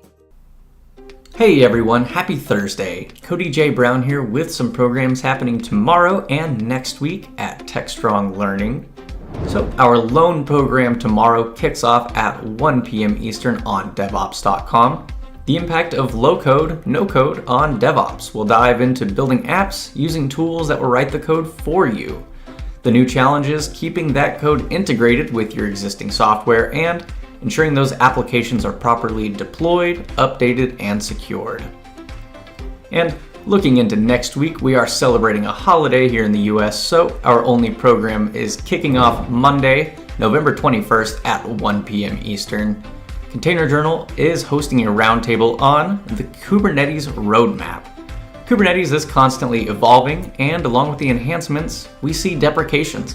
If you find yourself running multiple clusters, running multiple versions of Kubernetes, chances are your APIs are not being regularly updated. You will not want to miss these critical insights that could make the difference in maintaining your risk exposure.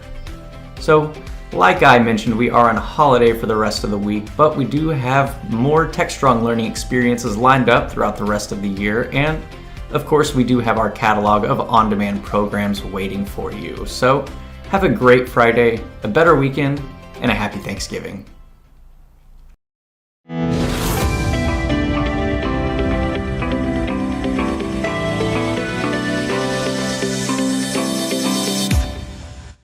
Hi, everybody. Mike Rothman here, General Manager, Techstrong Research, for another edition of Techstrong Research Review.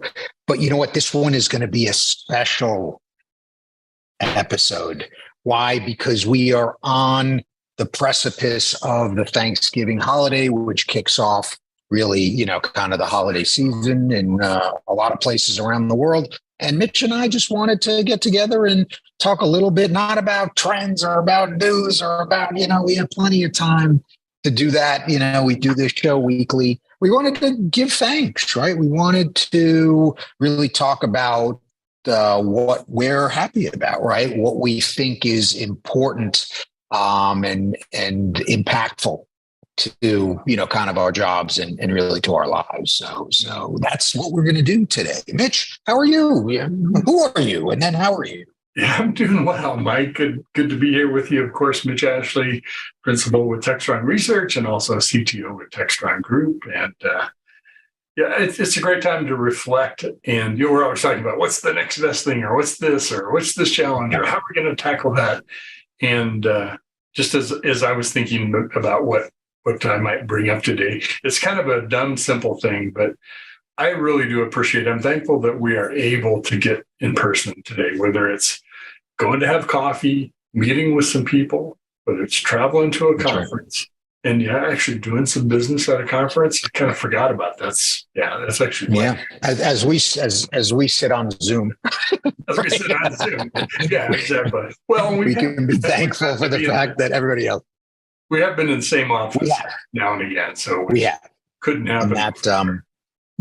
And I've been traveling around a little bit. I've been doing, kind of a couple of conferences here and there, and it really has been great, right? I mean, you forget about the importance of human contact, right? You forget about, the relationships that you've built over many years in the business. So I will concur with that. I think that it is really just, again, great that we're able to get back together and, kind of do our thing after a couple of years of not that, right? A couple of years of not that. So definitely thankful for that.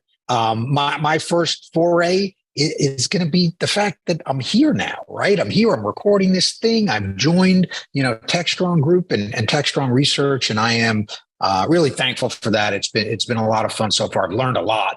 Right. I did not have a lot of background I did DevSecOps, right. But a lot of the nuances of DevOps and kind of starting to dig into cloud native infrastructure and just, the critical importance of all of those, areas of focus for companies and really having digital transformation as, kind of the mechanism to, start to become the catalyst for really a wave of innovation, a wave of investment. That's been fantastic. So I'm grateful for the markets that we're in. I'm grateful to be, the company that is really just kind of at the fulcrum of a lot of these technology advancements and innovation that we've seen over the last, 7-8 years. Right, that Techstrong's been around 7-8 years at this point, and really, it's a different environment. We kind of joke about, kind of the velocity in terms of how quickly things are changing, but it's no joke, right, Mitch? Kind of what we see, and when we think about where we were 2-3 years ago to where we are now, and to try to envision, where we'll be in 2 to 3 years from now, it's really, it's getting harder to really prognosticate that because the technology cycles are happening so rapidly nowadays. It's amazing. And I'm very thankful that you're here too, by the way, Mike. It's great to be working with you and have you at Techstrong, both of your roles, both of your strategy officer and also working on research together. It's interesting because that you say that. When I was at KubeCon, North American Detroit, we did a panel up for the SRE show. And the comments from folks that were on the panel was, last time we were together, it was at a KubeCon, and we were talking about, wouldn't it be great if, and they kind of listed a bunch of things. So this is KubeCon in San Diego, and 3 years ago or whatever it was. And come today, and here we are in Detroit, where we were, and a lot of those things had happened. They were like shocked. It really did happen in a matter of 2.5 or 3 years. That's pretty amazing when you think about open source and adoption. And hey, we'd really hope that the vendor community embraces this thing, and it happened, right? It is just kind of shocking. But I like the interconnectedness of our world, right? You can talk about cloud native if you want, but you're not going to talk about it without talking about security and DevOps and cloud infrastructure and legacy applications and how we interconnect with that and software. It's all interconnected, and it just makes it really fascinating, I think. Yeah, I agree. Again, one of my big disappointments was not being able to get to, KubeCon North America. And obviously I had a little bit of an injury, and I'm thankful for my surgeon who was able to get me in very quickly and fix me up. And I'm rehabbing now and up and around. I don't know if you saw, we were on a meeting today, and I was, traipsing around without my crutch. So yeah, we're making progress on that front. But it is, it really is an interconnected environment. And we can't take that for granted, right? Because for so long, Mitch, right, the two of us were not spring chickens, right? So we were there when these firewalls couldn't be broken, right? That you had these folks that did the networking, and you had these folks that did the sysadmin, and those folks that built the applications, and then the other folks that you did the database. And never the twain should meet. If anything, they were throwing bombs at each other because, this one wasn't getting that done or that was in the way of doing something else. They were there to protect each other from each other, right? To stop them from doing bad things. And we're stopping. No, that's right. That's right.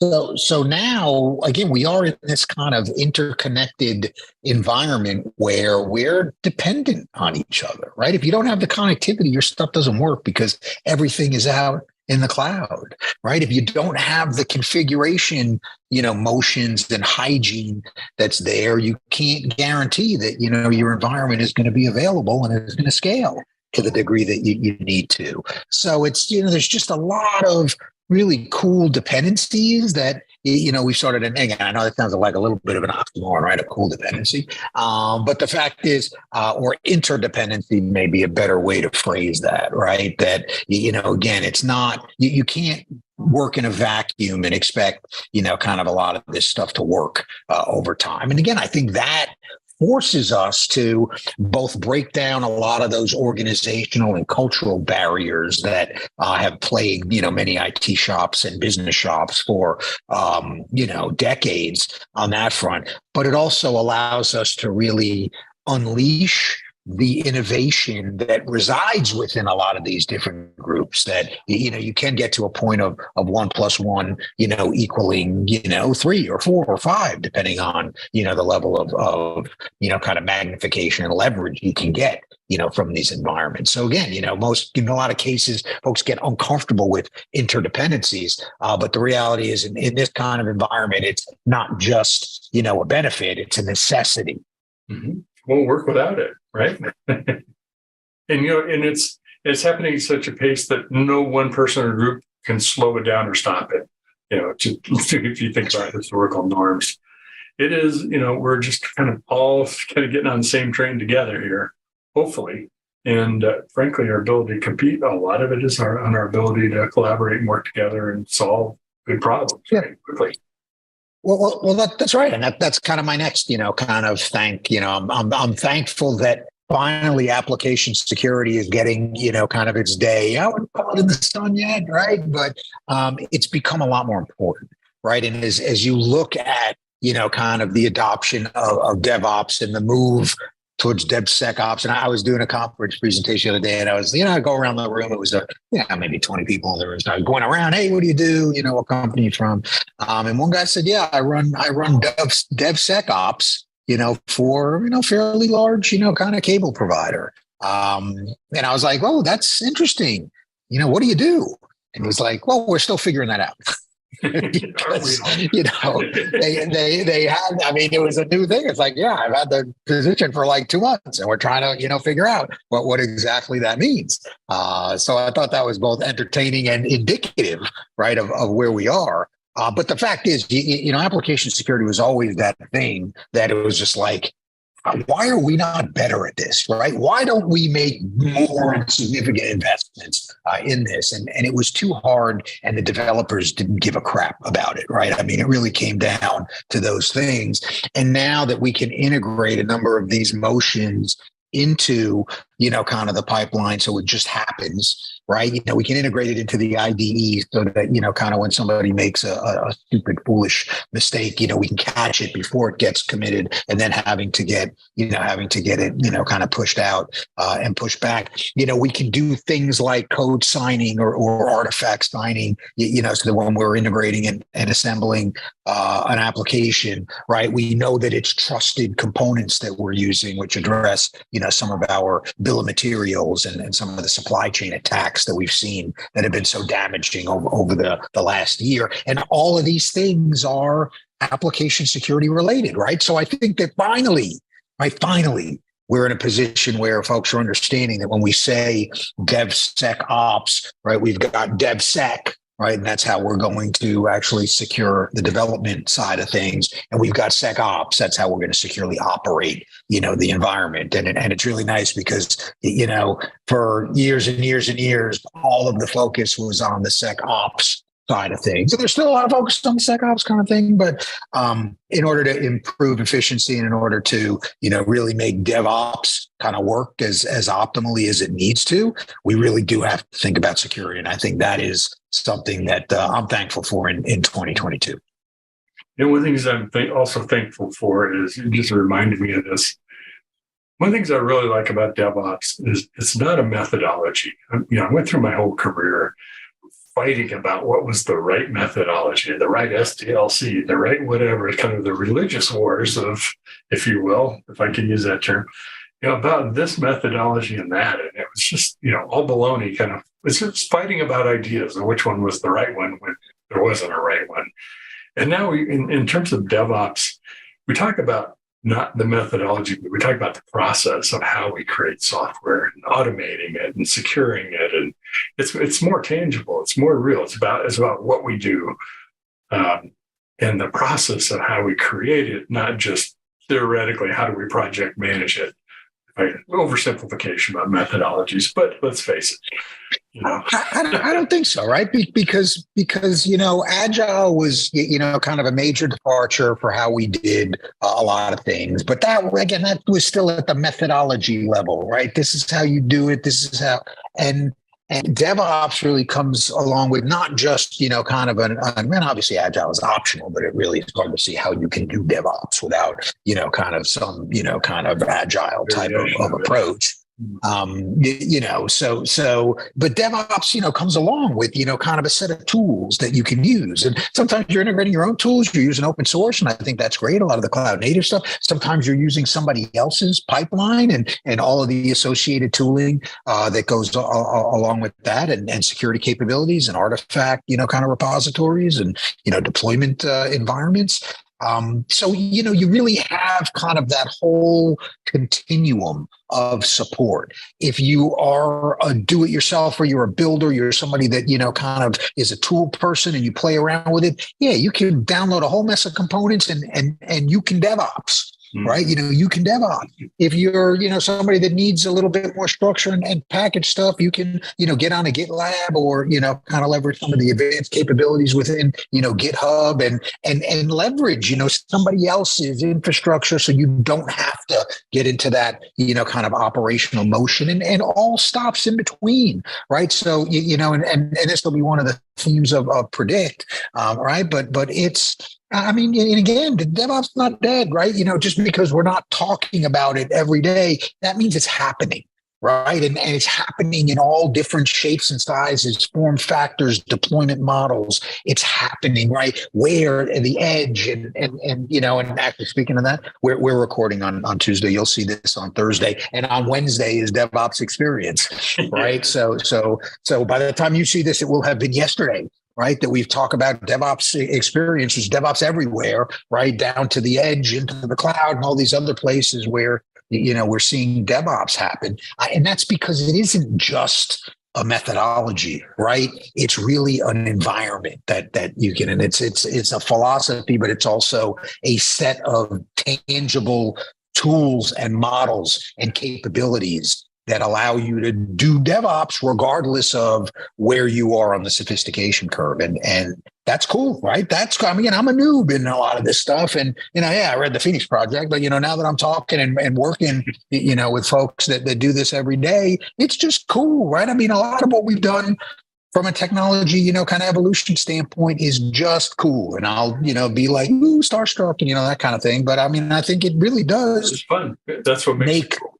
It is fun. It makes it, but it's not just fun, but it makes kind of some advanced technology motions more accessible. And that's what we've always wanted out of, kind of the environment. Mm-hmm. I very much agree. You remind me one other thing.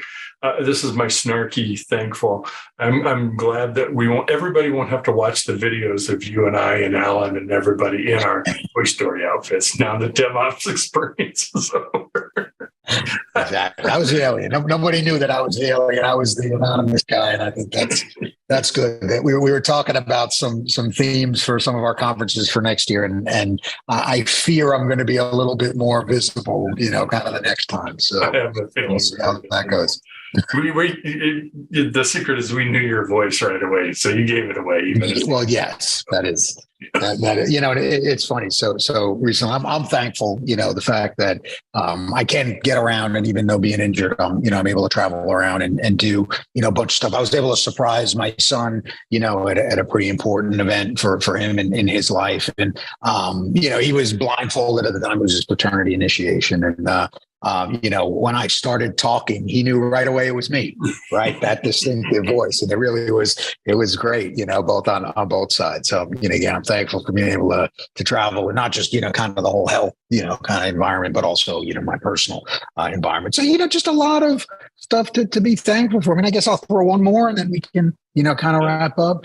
I'm thankful for a lot of, kind of the innovation that the hyperscalers have brought to the table.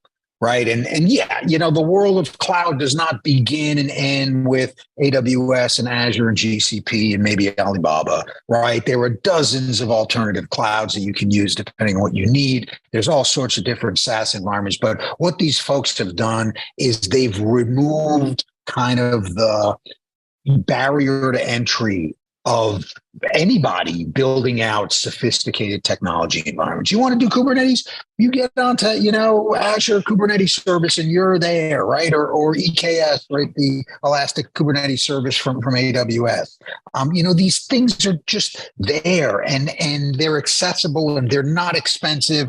Obviously, if you're doing something at enterprise scale, the dollars can certainly add up, but it's much more accessible. So we've seen just a tremendous amount of innovation unlocked because you don't have, when I started my first company, we had to spend $10,000 on a Spark station and we had to spend $20,000 on an SAP license. And we had to spend $15,000 on a consultant to actually install SAP onto the Spark station that we started. And all told, we were in about $100,000 before we could even start developing code. Oh, yeah. Right. Yeah, without now, nowadays you've got a monthly nut of, $50, right? And some of this stuff is going to be on free tier and you can start doing things, right? And I think, just the programmability of infrastructure now, right? Whether you want to call it infrastructure as code or, kind of stuff that runs in hyperscalers or accessible via APIs,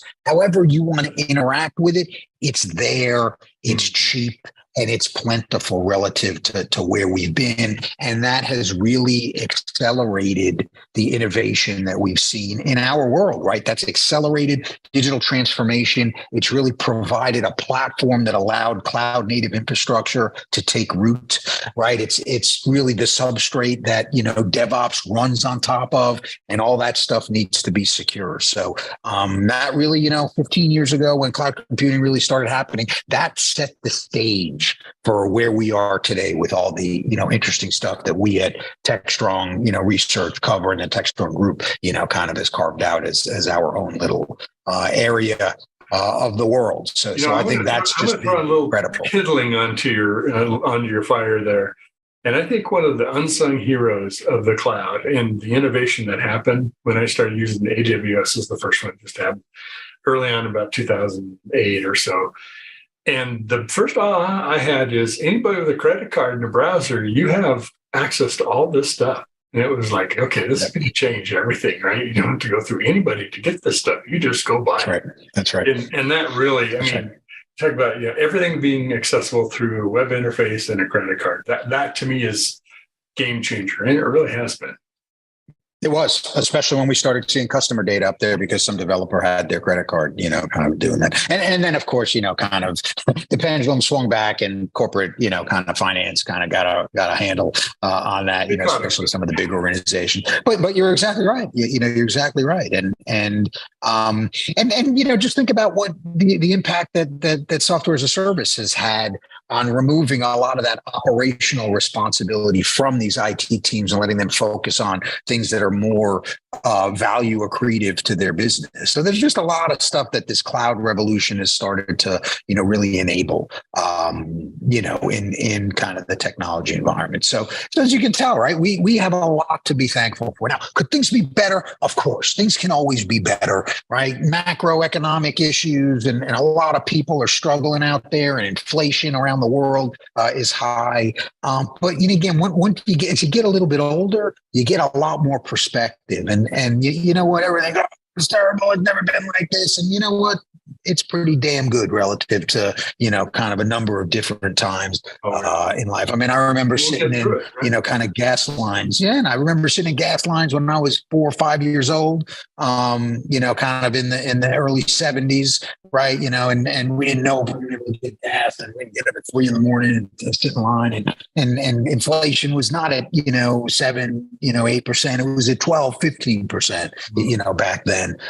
So, again, and I know the kids today, they all, get all flustered and, but the reality is, kind of the environment, all other things being equal, the standard of living, I mean, all of that stuff is greatly improved relative to, where we are. So I think, we can all take a little bit of time off next week. I don't think we'll maybe run some reruns and stuff on Techstrong TV. But, we'll be out most of the week, and hopefully everybody else has a safe and a happy holiday. That's what I have. Maybe see you at reInvent, right? We'll be there. Yes. Oh, we have to pimp our stuff, right? So yes, we will be at reInvent. So if you will be there, let us know. We were happy to meet. We're happy to do and shoot Techstrong TV interviews. Predict 23, January 12th. We're starting to think about, we've kind of got our structure for our panels. So if you're interested in possibly being on one of our panels, reach out and let us know. They're going to be our structure. So no, you're not going to get up and pontificate and do, kind of your thing. But if you have an opinion and, you think you can contribute to some of the panels, reach out and we'll see if we can find a spot for you on that front. And then, Mitch, what are you doing? You have big holiday plans? You can get the grandkids together and do all that kind of stuff? Yep. Grandkids, kids getting together. Not everybody, but, we've got a critical mass, enough to get some turkey out, cook it up, and some ham. Well, I love ham for holidays. So, and all the other good fixings. So apple pie and all the other fixings. The problem is that I like it all. That's the problem. Yes. Well, again, it's not a dated diet for sure. No, I'm going down. My in-laws are from Dallas, so we are going to head down there. Quick trip. Getting out on Thursday and heading back on Saturday. So it'll be a quick trip down there, but spend time with family, right? And that's really the important thing is to go down, see some family, and enjoy each other's company to the degree you can, and then get out right before you stop to enjoy each other's company, which tends to happen with family as well. Very true. Yeah, before you get back to the old days. So with that, this is our Thanksgiving episode. We have given lots of thanks on behalf of myself and Mitch and all of us at Techstrong Group. Again, hope everybody has a safe and a happy holiday. And we will see you at reInvent the week after Thanksgiving. And I would suspect we're going to shoot a number of videos, both the research review as well as a lot of interviews and maybe some other thought pieces that we'll get, because we'll have a captive audience. Our video guys will be there and nothing else to do. So I think we'll just start shooting a whole mess of video. Sounds fun. So with that, enjoy. We will see you on the flip side. Take care, everybody. Happy Thanksgiving.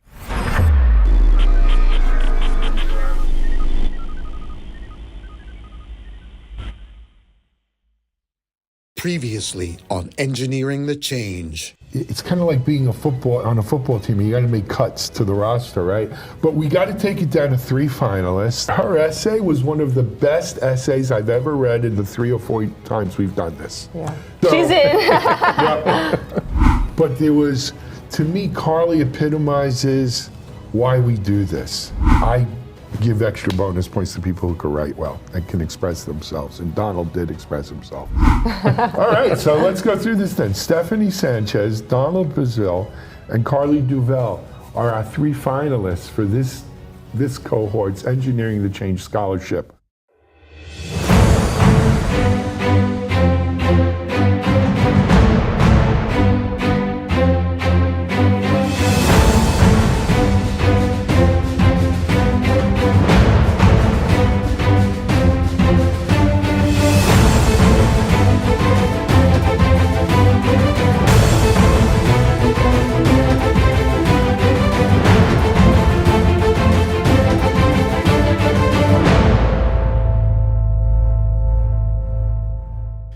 Engineering the Change has literally changed the lives of scholarship winners.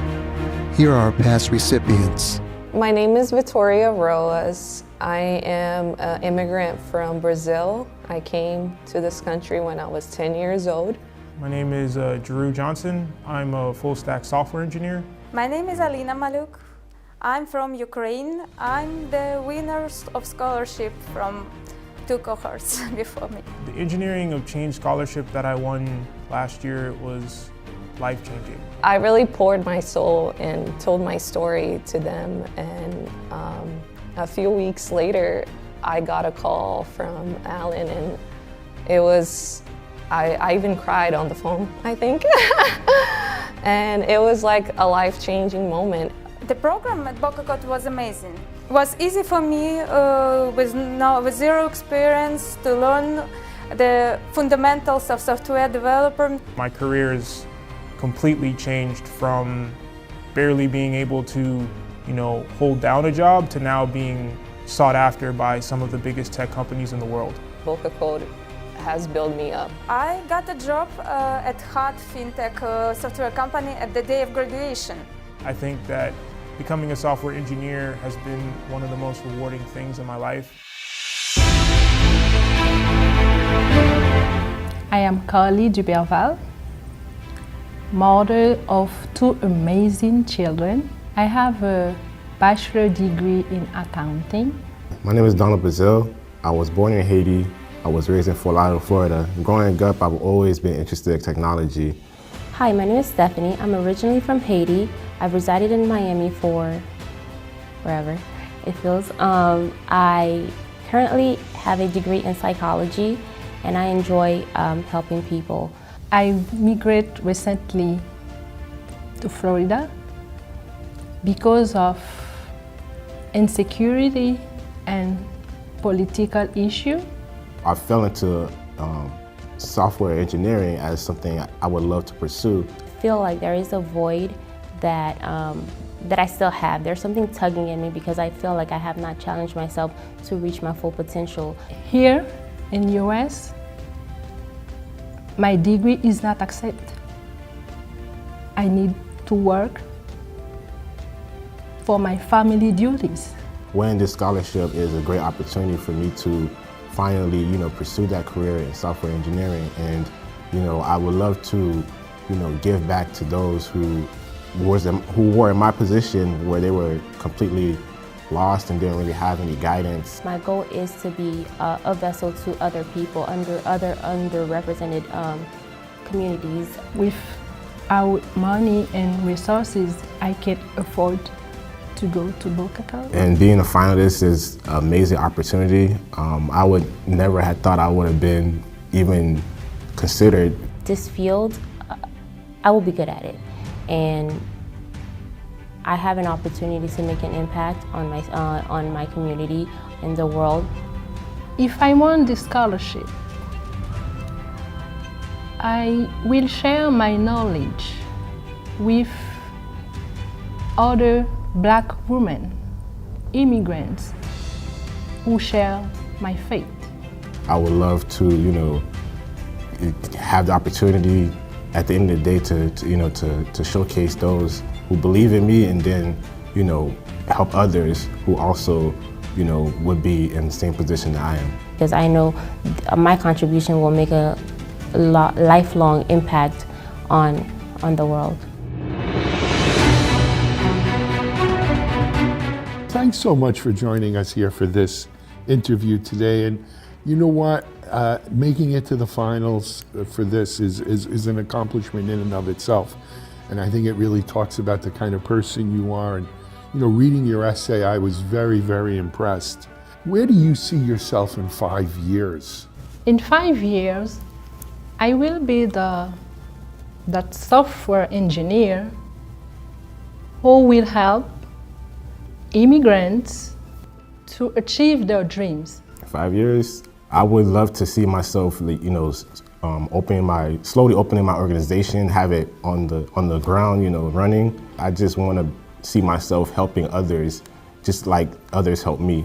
I just want to give back to those who gave to me. I see myself hopefully excelling in the field of software engineering, and I don't know exactly what my niche will be. So I know that I'm going to be excelling. I don't know exactly what it'll look like right now, but you guys will be proud. Why do you want to be a software engineer? What's gonna make you stick through this at the end of the day? I love it. I can do it.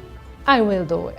Why I will do it? Because I love it. It's just a great field to get into. The technology portion of it is just something I've always been interested in. As a kid, I've always been interested in computers, phones, gadgets. I always felt a need to, or a pull toward doing something for someone else. In the field of engineering, allows me to continue to do that, because whether it is in a medical field, the automotive field, just the world of entrepreneurship, there's just so many different ways that I can continue doing good and making an impact. One of the things that's something that's very near and dear to my heart is, equity, parity, gender diversity, and just diversity and parity on all levels, equality. And I wonder how do you envision going about doing that? Like I did with my old career, I lift women to accounting in my country. I motivate them, I assist them, and help them to achieve, like I said, to achieve their dream, to be excellent in this field. I would love to open an organization that can, give back to those and help guide them with the opportunities that I'd had from this experience. What drives you to do software engineering and not go back to something that you've already known and you've obviously been very successful at? I would say now everything is technology. So why should I say in accounting? If the world is moving and everything now is tech. I have two brothers. One died in 2007. He was a senior software engineer. My youngest brother is a software engineer. Why not me? It's because I'm woman? No. I want it, I will do it. At the moment right now, I work inventory for a home installation company. It's a pretty okay job, but it's not what I feel that I was meant to do. The knowledge I have, I can pass on to other people. I know some of the challenges that our communities face. So with my knowledge and my mentorship, whether it's mentoring one person or just a group of people, exposing them to this field and to just other fields that exist where there's more to life than just what is in front of us. And I believe that I can be a bridge in that gap. How do you feel like the scholarship is gonna do to you? Like, why is it important for you to win this? I will share my knowledge with people, with women or immigrants, and use my knowledge to help them. This scholarship is giving me that opportunity to show the world that I can do great things. So this scholarship would definitely assist me in changing the trajectory of my life, and hopefully where I can continue this same legacy and helping other people as well. Your essay was amazing. Your answers here today were amazing. You really do represent what engineering the change is all about. Thanks for coming in today, and we can't wait to announce our winners soon.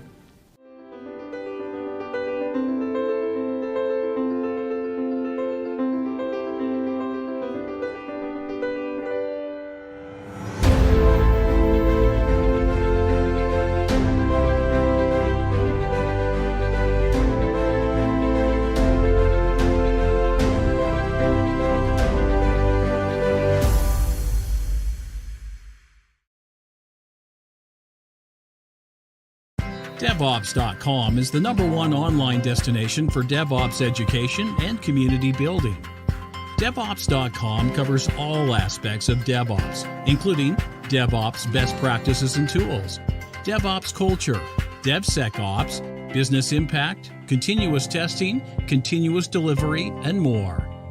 DevOps.com has the largest collection of original DevOps content, featuring breaking news, blog posts, podcasts, and more. Visit www.devops.com to learn more. DevOps.com, where the world meets DevOps. This is Techstrong TV. Hi, this is Mike Rothman. Welcome back to another Techstrong TV interview. I am very pleased to be joined by Dan Lorman of Presidio. We'll have Dan introduce himself in a sec, but we're going to do one of these things that's a little bit interesting on Techstrong TV today. We're going to revisit some predictions that somebody came onto the show and made a couple of months ago, and we're actually going to come back and revisit them in terms of what was right on, kind of target, what was maybe a little bit off target, and where do we see things moving forward now that we're kind of in this whole 2023 planning cycle that a lot of folks are trying to get their arms around, what's going to happen. So, but before we jump into that, Dan, why don't you introduce yourself, give us a sense of what Presidio is and what they do. And by the way, I was a little bit rude. Welcome to Techstrong TV. Thanks for being here today. Hey, Mike, thanks so much for having me. It's great to be with you. I'm Dan Lorman. I am the field Chief Information Security Officer, Field CISO for Presidio.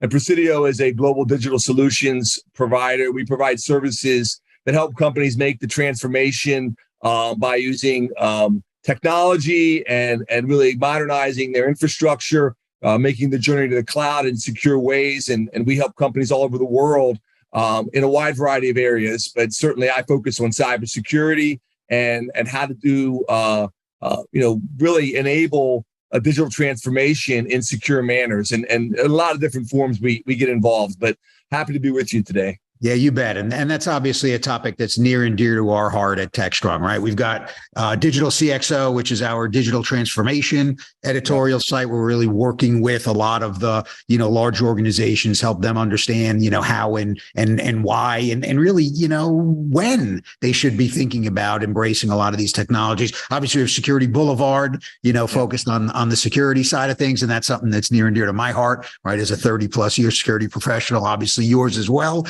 Dan, but really a lot of what the discussion surrounded last time was, and you focused on banking a little bit, but it's really about, kind of how a lot of the regulations are evolving. What does that mean to different organizations? And when you break it down into a number of other industries, right? How do we have to start thinking about these overarching, and evolving mandates as a way to start planning what we're going to do over the next year, right? So I know we want to revisit, kind of what you said a little bit before, but I also want to make sure we have sufficient time to ensure that we give folks a view forward in terms of how they have to start thinking about this problem. Absolutely. Well, I think the challenge, Mike, is, we start thinking, why is this happening? CNBC came out with a report just earlier this month that said $1.2 billion in ransomware payments were processed by a report that came out just recently. And so, clearly this is a huge issue facing all the industries. And so what we talked about with Charlene back in the spring was the banks have reporting requirements. There's different regulations out there, but basically that they have to report within 72 hours of a substantial incident, security incident, which is like a ransomware, an outage, something that causes their business to be disrupted. There's also regulatory processes that say within 36 hours. Ransomware payments need to be reported within 24 hours. And so these different regulations that are out there, and what we talked about was how they're impacting other industries. And so what the change that came out that, we wanted to mention is that on September 12th of this year, 2022, the Cybersecurity Infrastructure Security Agency, it basically came out with a number of RFIs that say that they want input on this, from the industry across the board on, what the definitions are. They want input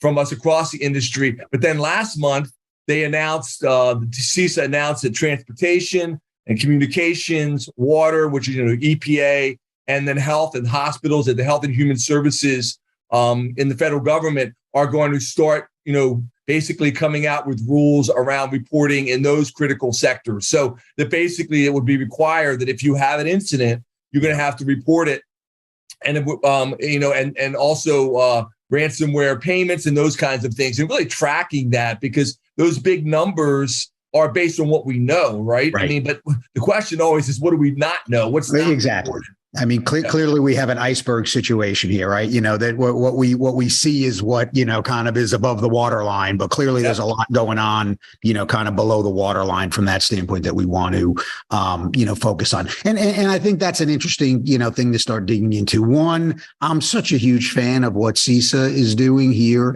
in the United States. I mean, just in terms of making security policy and a lot of the controls that we have to think about, much more accessible to both large and small organizations. I think, Secretary Jen Easterly is a great, kind of spokesperson, right, for the security business, or I guess she's the head of it. I don't know. I don't think you call her secretary. I think really that's fantastic. And again, this is just another example of them getting out ahead of what is, really an issue that's very, again, controversial to people, right? They don't necessarily want to talk about, the fact that they got popped. They don't want to talk about whether, they ended up paying the ransom or not. They don't want, folks to know that they're not perfect. And in some cases, your data, has been breached, if not inaccessible, really impacting, the availability of services. So I think that's great. So, CISA's come out with a couple of guidance things. So you were right, from that standpoint, relative to, where things are going, or where things were, right? I want to really talk about, some of the other industries, right?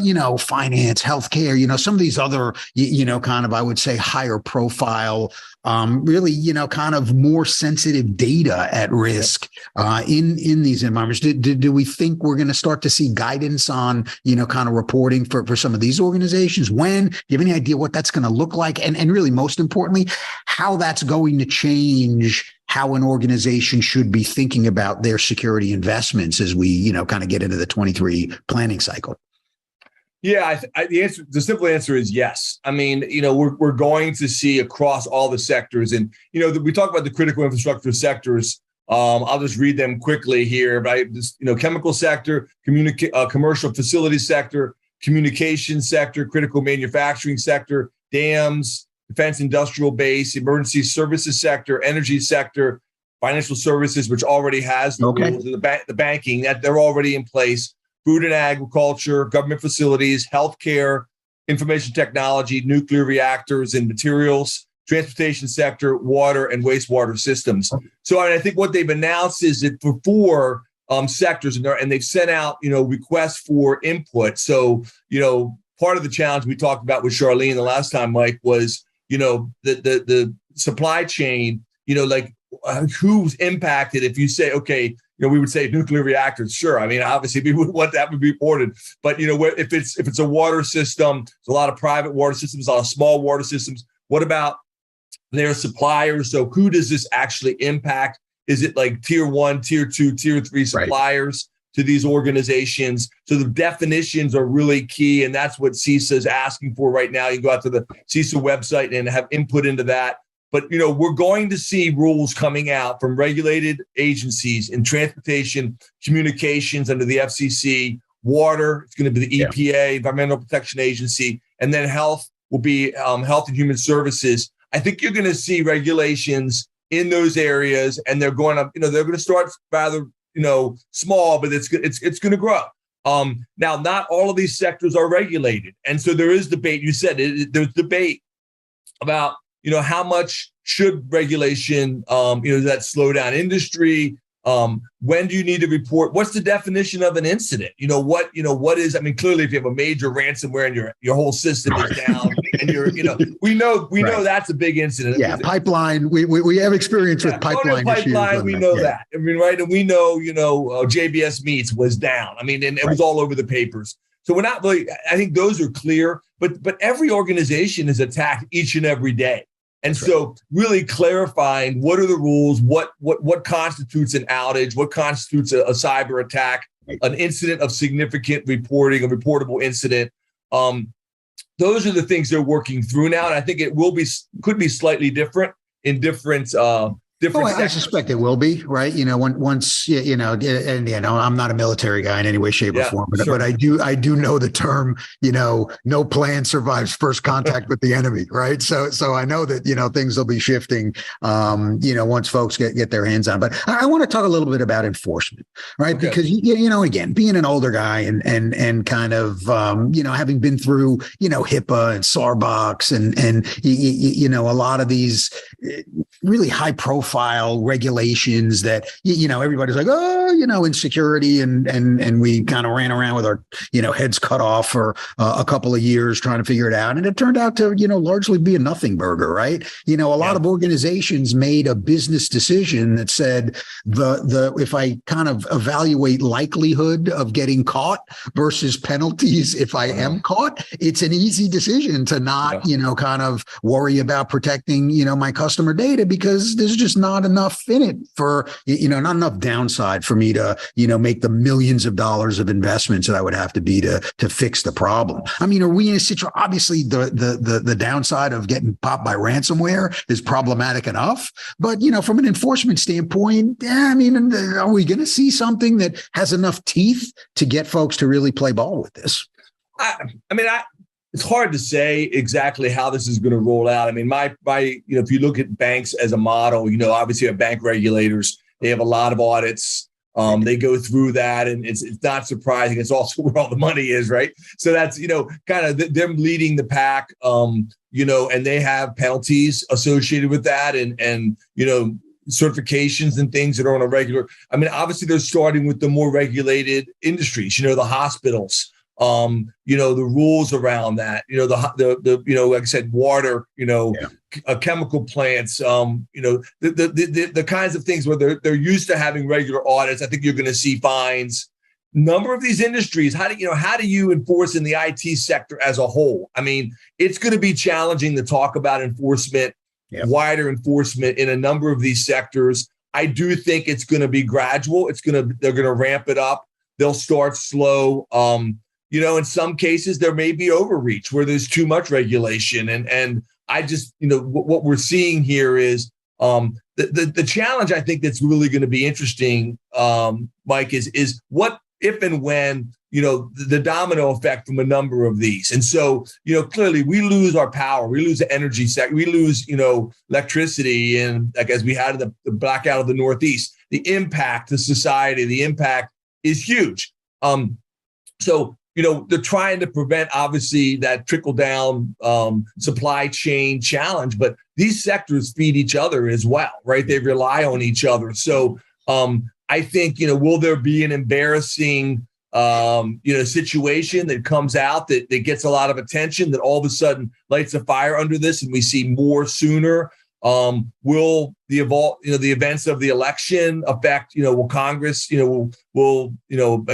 generally tends to be a bipartisan issue around cybersecurity, but, regulation is something that obviously Republicans like less than the Democrats. And so the question of how all that plays out, time will tell. But there's no doubt in my mind, you're going to start seeing more reporting mandates around incidents, because we don't even, you can't protect what you don't know about. And so the criminal justice community, the law enforcement community really wants to get a better handle on, is that $1.2 billion ransomware number for last year even the right number? I mean, it might be a lot larger than that.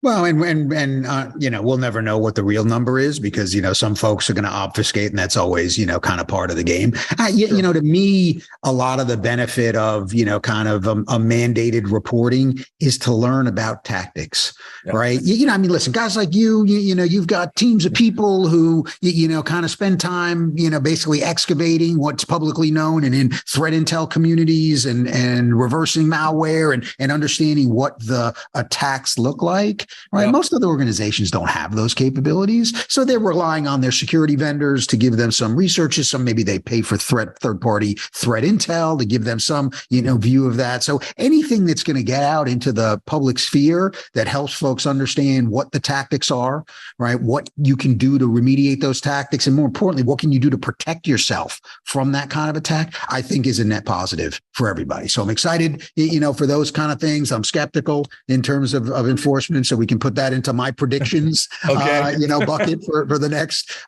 year. I think that's just brutal. But I do think that, especially the highly regulated organizations are going to have to start to come clean, and we're going to learn a lot. I think that's a net positive for everybody. I would agree. And I think that you're going to see, like you said, more and more help. There's a lot of talk about how the public and private sector can work together, how we can have partnerships. And the law enforcement community, can help, especially with nation state attacks when you're talking about attacks coming from foreign adversaries and that kind of a thing. I think there's a lot of benefits that can come from it. I do think it's going to be an ongoing, kind of back and forth as to what is the right level of regulation versus what is overreach. That's right. So with that, Dan, I again really appreciate the time. One, I appreciate you coming back. Most folks, and I'll say I front cortex not working as good as it used to. So I wasn't going to remember to say, I better call Dan and find out, how we did on those predictions. So I appreciate you coming back onto the show and giving us an idea. And it never hurts when you're right. If you were wrong, I'm not sure how excited you'd be to come back on the show and talk about that. But you were clearly right in this aspect. I think it's an interesting area because we do need to share information better and not just, kind of between private and public, but also amongst all of the private organizations so that we can, again, benefit from the misfortune of others, which is a term I like to use relative to threat intel and just sharing a lot of that perspective. So Dan, thank you for showing up on Techstrong TV. Many parting words or thoughts that you want to leave us with? Well, I just want to thank you, Mike, for having me. It's great to be on. And you can, if you want to learn more about, Presidio, certainly Presidio.com is our company website. But I have a blog for, you mentioned a number of different blogs. My Government Technology Magazine is actually also syndicated at Security Boulevard. So it actually comes out to the one you mentioned. So, Lorman on cybersecurity at govtech.com. Feel free to reach out on LinkedIn as well, Dan Lorman. And thanks so much for having me. That's great. Appreciate that, Dan. And with that, we will send it back to the studio for our next interview.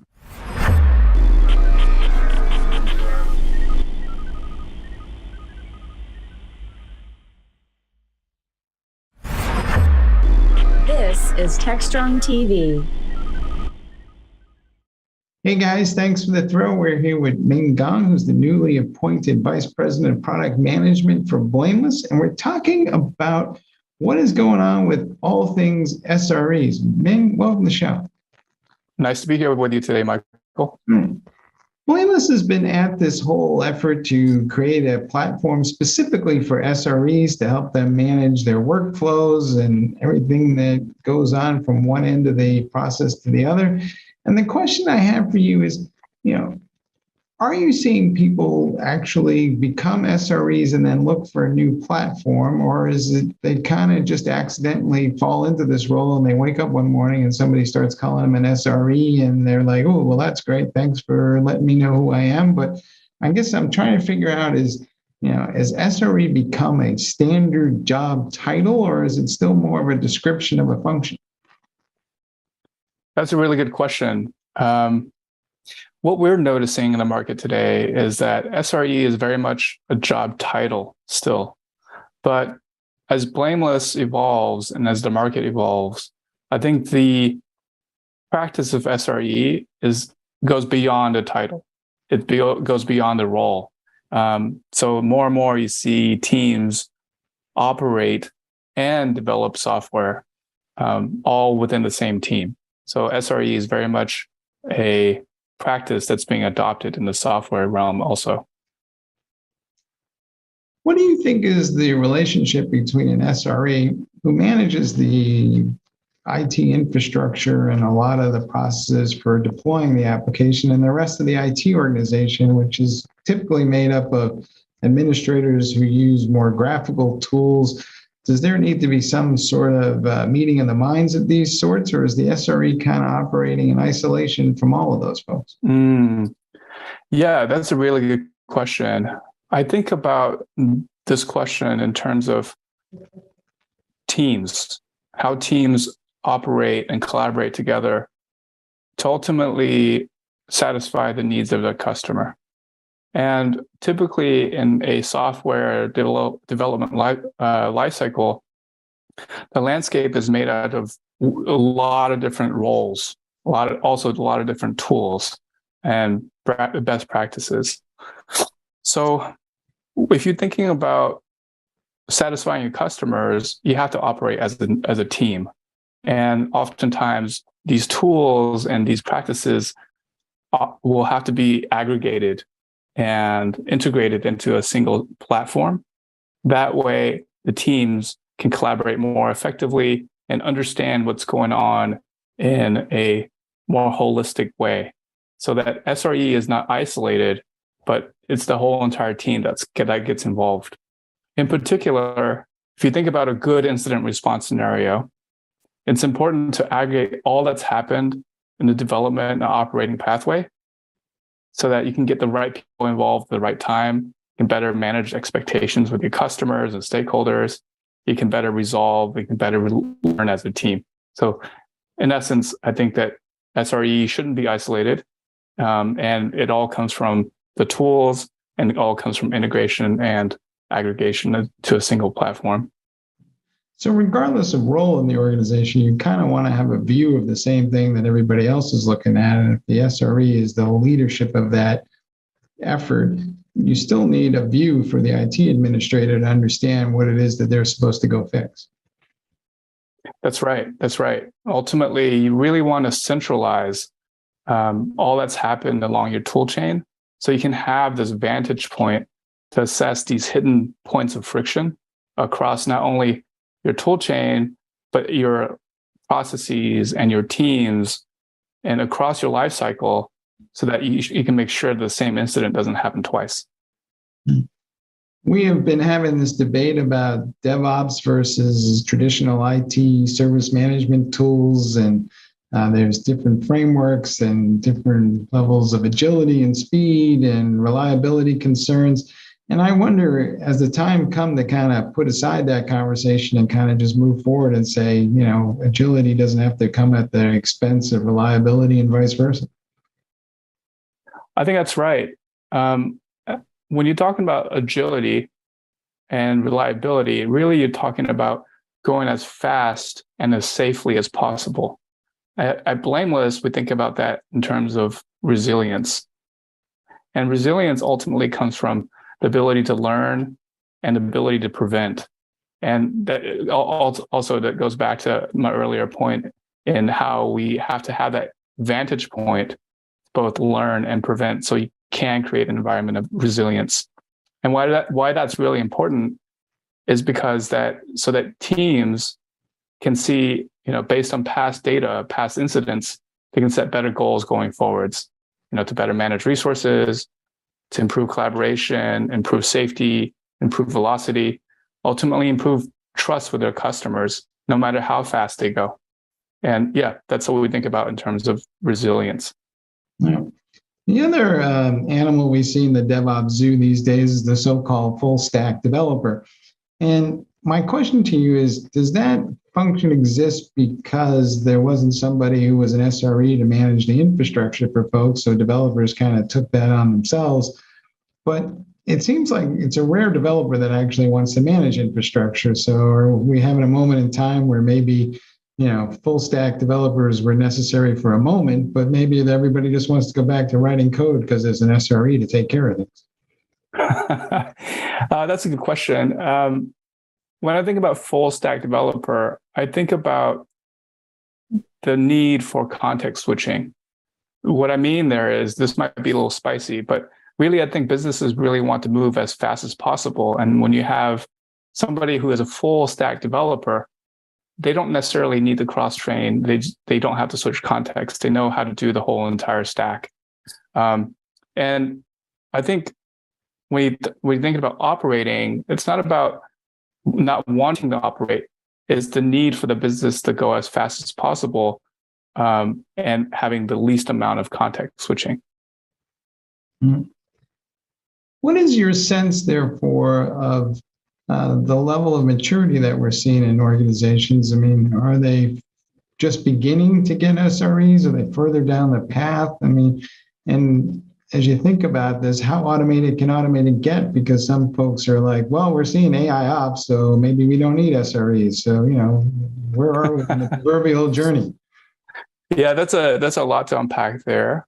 Okay, I think that AI ops is still quite nascent because tools and processes differ from team to team.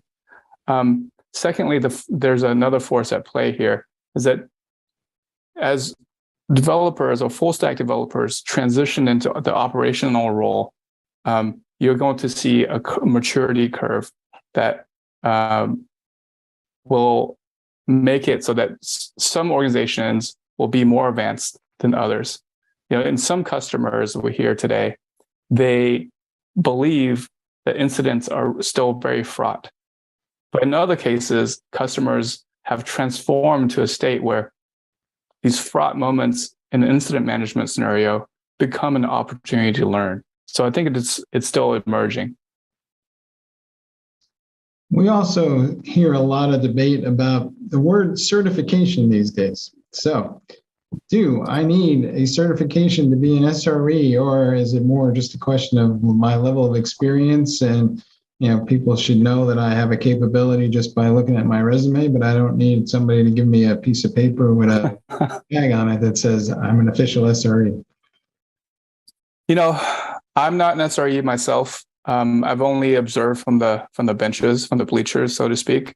In my opinion, and this is not, industry standard, I think that it's just about how effective a team might be. So, if you can operate better with certificates or official roles and titles, maybe that's a best fit for that org. But for some other orgs, I see advantages for the SRE practice being applied across all disciplines. Well, it does seem like if you do call yourself an SRE, you're more likely to get a raise, right? Yeah, I think so. But also, I think that's an area that I'm not qualified to say. All right. So what is that one thing that you see your customers doing when they first get started with the platform that makes you shake your head and go, can't believe that that's their launch point? What do you wish that they knew before they got started?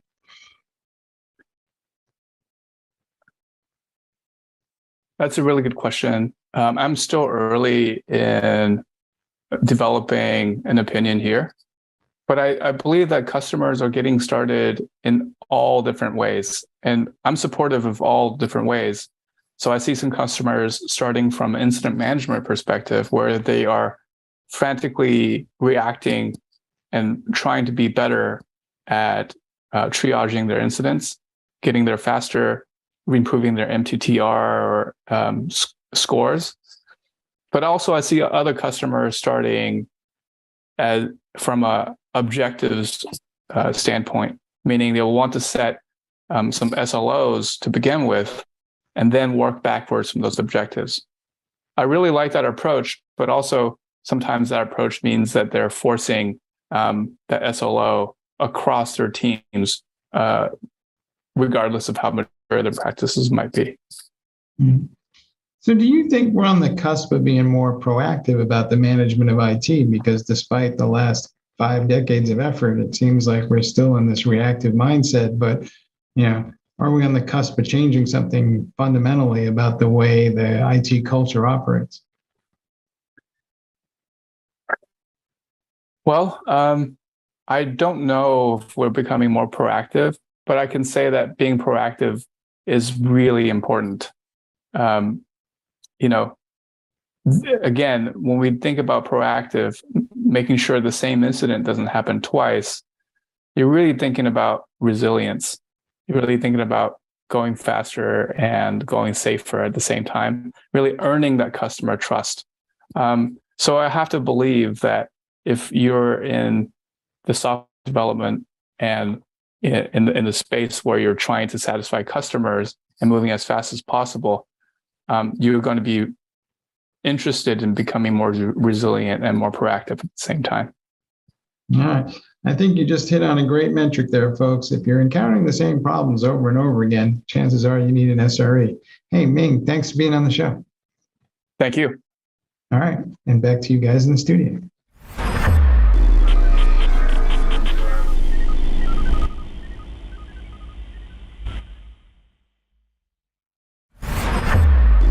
This is Techstrong TV. Hey guys, thanks for the throw. We're here with Jeffrey Martin, who's VP of Products for Men, and we're talking about fear and loathing of automation as it relates to threat remediation and patching. It seems to be a growing concern out there. Jeffrey, welcome to the show. Hey, always nice to see you. Thanks for having me, Mike. So the perception is that people need to get a patch built, they wait for it to come along, they test it, and then they install it, and they hope that things don't break. And the end result is we don't seem to patch things very aggressively. And frankly, there's just a lot of software out there that needs patching that doesn't get patched. So what is your sense of what drives this issue? And is there something to be done about it? So I think there's a few different vectors of concern here. One is the simple fact that whenever you update anything, you're introducing the chance that it might stop critical things from working, or even non-critical things just are a pain to fix. In short, sometimes fixing a security problem can introduce a functional problem. The other one is a little bit more mental. People tend to not want to change things unless they think it's worth it. Some people do that little risk calculation in their head, like I do. Other people just have a general reluctance to update or change unless there's something very important driving that change. That's one of the reasons I think that, there's two big solutions to driving this as a more standard practice. One is actually getting measurements of the functional risk right in front of you when you're looking to remediate and looking to upgrade. So you know how risky is this? Is it going to introduce a breaking change? Is it going to cripple my infrastructure if I update this in the name of fixing a security problem? And then the other one is the prioritization of the problems it solves. Great. If I introduce this, am I fixing a problem that actually matters to me? Or am I fixing a problem that is of mediocre importance, and frankly, I shouldn't really be too concerned about it because the attack chain is 13 steps wide and I have some mitigation. The OpenSSL 0-day vuln that just dropped yesterday, although we had some advance notice of it, actually is a good example of this, where there's most of the time, it's a high vulnerability. It's important. It's a critical problem, but honestly, most people have OpenSSL deployed, already have mitigation in place, buffer overflow protections in the OS, things like that. That makes it very unlikely to be a real attack chain. But there's about zero risk in updating, so why not? And I think those factors are what's really necessary. All that information is necessary for people to make informed, quick decisions about what to update and how. Mm-hmm. And how much of this is also just related to simple inertia? Because a lot of times developers are handed this list of vulnerabilities weeks, months after they wrote the code, and they're off on another project and they don't have any context, and they're kind of looking at it going, I have a choice between writing new code or patching this thing, and I don't remember exactly what the issue was, so I'm just going to keep it. Yeah, I mean, look, legacy code's always an issue. And legacy can be in some companies a few months. In other companies, it can be a decade. Fundamentally, there is this calculation that has to happen about context switching, right? The inertia you're kind of referring to is people don't want to go dive into something until they know what's there. If is it worth it? Silly analogy, but I'm a homeowner. I have a huge reluctance to opening up any wall because I never know what I'm going to find in there. So, right, that inertia, that blockage of actually going in and looking, is because it's unknown. I don't know what's behind that wall. As soon as I open it up, I'm going to know. That's not good. The solution to that is being able to have a continual running visibility of code, whether it's new or old. I'm going to beat this analogy to death. See-through walls would make it so I'd have no problem opening up the wall. That fear of the unknown, that fear of what am I getting into, can be solved through things like automated inventory generation, and source code analysis to actually know what your vulnerabilities are, et cetera. It's sort of a sunlight problem, right? If I can see it, I'm not afraid of it. So as people go down this path, do they need to make a calculation that kind of feels like this? It's like, well, what is the probability that this patch is going to break something versus what is the probability that this vulnerability is going to be exploited? And is this just basically an algorithm or something that somebody can run in a program and just kind of show me in a graph that says, here's what you're kind of wagering on? Yeah, impact and likelihood and impact of other risks. Look, I think we tend to paint developers a little bit too analytical sometimes, just in general. Yes, absolutely. I mean, I make security software. There is a huge amount of value in being able to say, okay, this vulnerability is on this library. It's a public exploit is known. I'm touching the vulnerable code, and it's in credit card processing software, so I really care about the impact. But the fact of the matter is, most people actually don't do the calculations like that. Most people say, I'm going to fix everything that's critical and high. And the reason they do that is because they don't want to go through all the steps. To them, it's not worth it. They just say, great, I'm just going to update this stuff in a blanket way. This causes a lot of issues that could be solved through more analysis. But I think the biggest piece is making sure that you know that functional risk that you're introducing. Because frankly, upgrading a library isn't that big of a deal. It's not much work. It's just a question of what are you going to introduce now? What are you breaking? What are you causing to happen next? Or worse, you're upgrading into more vulnerabilities, which is never good. So I think the real key is that one piece of information. If you could boil it all down, yes, big complex algorithms help, especially at a big scale. But if you can boil it down to just one piece, it's if I fix this problem, am I making more problems?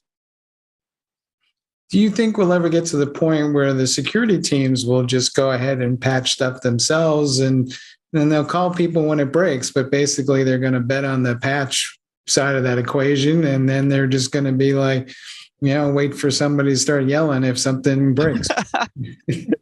Yeah, I mean, short answer is yes. But I do think, look, there are things that are more risky than others, right?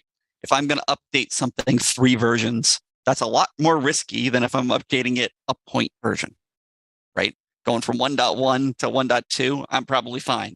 Going from 1.1 to 6.2, it's probably breaking something somewhere.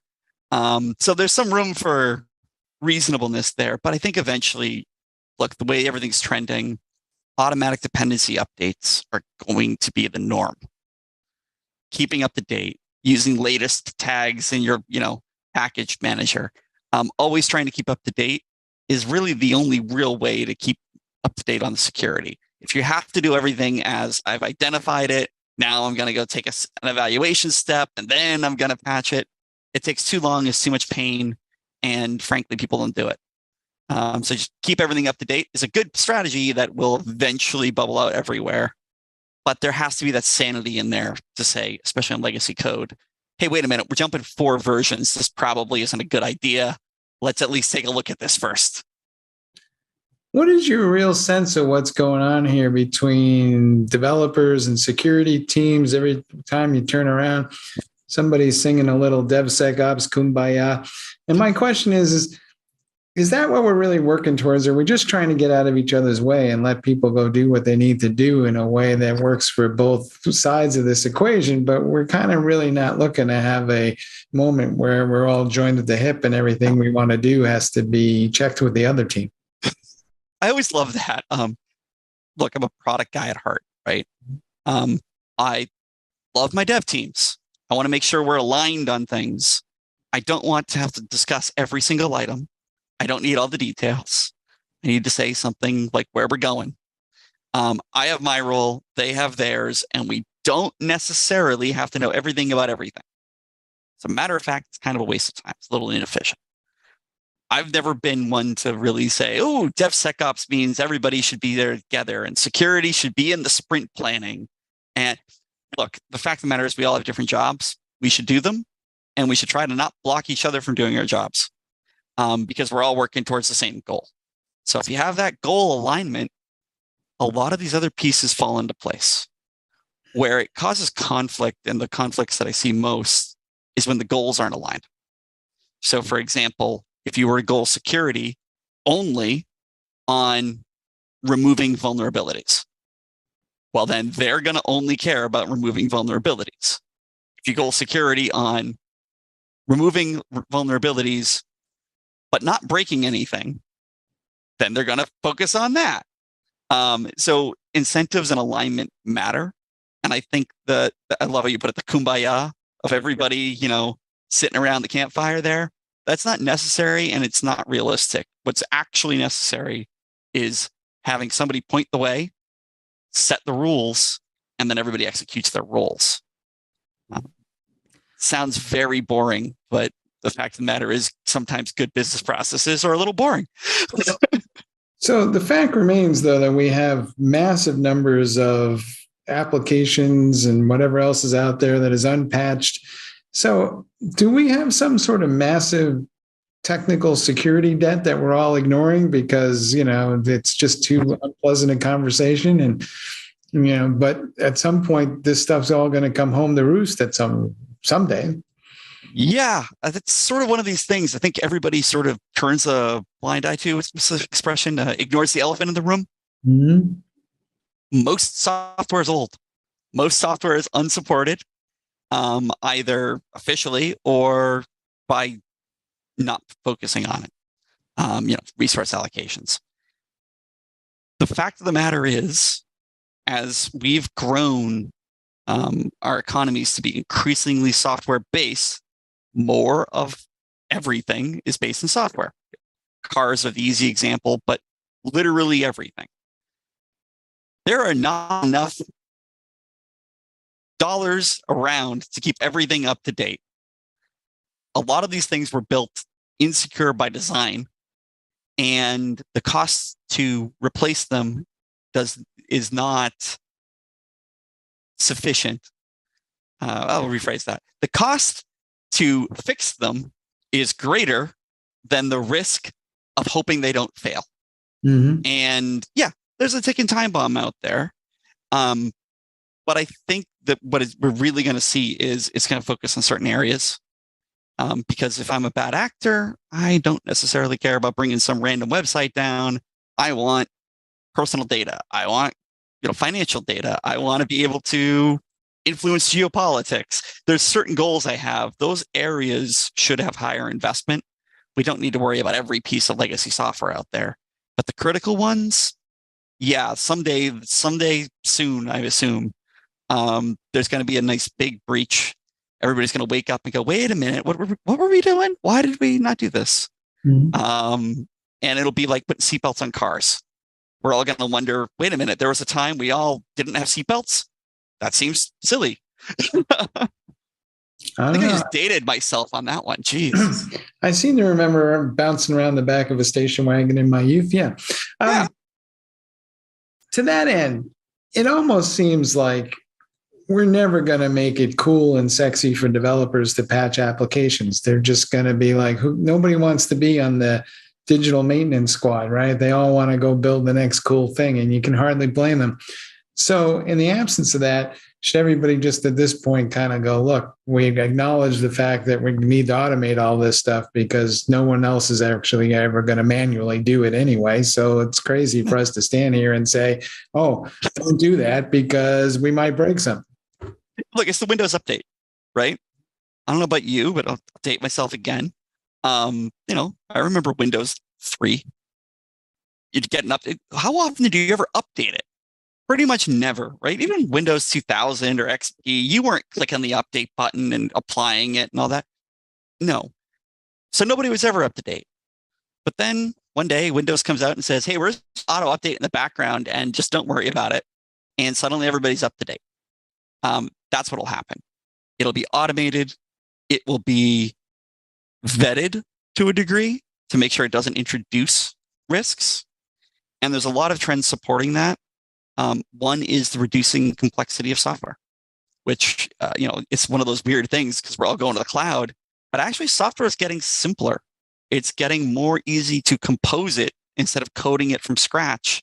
And that means you can do things like automatically update patches with a little less risk. And that risk keeps coming down every time. I'll use the OpenSSL one again, just because it's in my mind, because it was the news story this week. I am 100% sure that there is no functional risk going from any of the OpenSSL 3 versions to the latest one, because I know that group tested the heck out of it. So why not keep it up to date?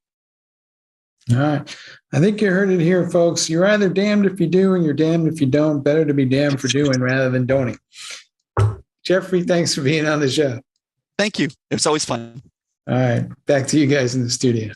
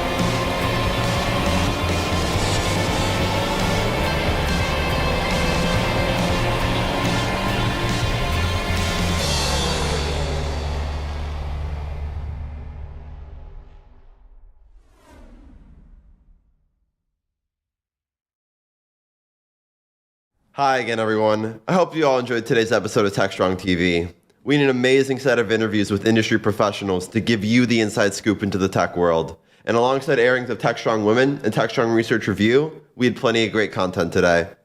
We'll be back again on Monday, so we hope to see you then. But in the meantime, thank you so much for watching, and hope you have a wonderful rest of your day. As always, stay strong. Techstrong.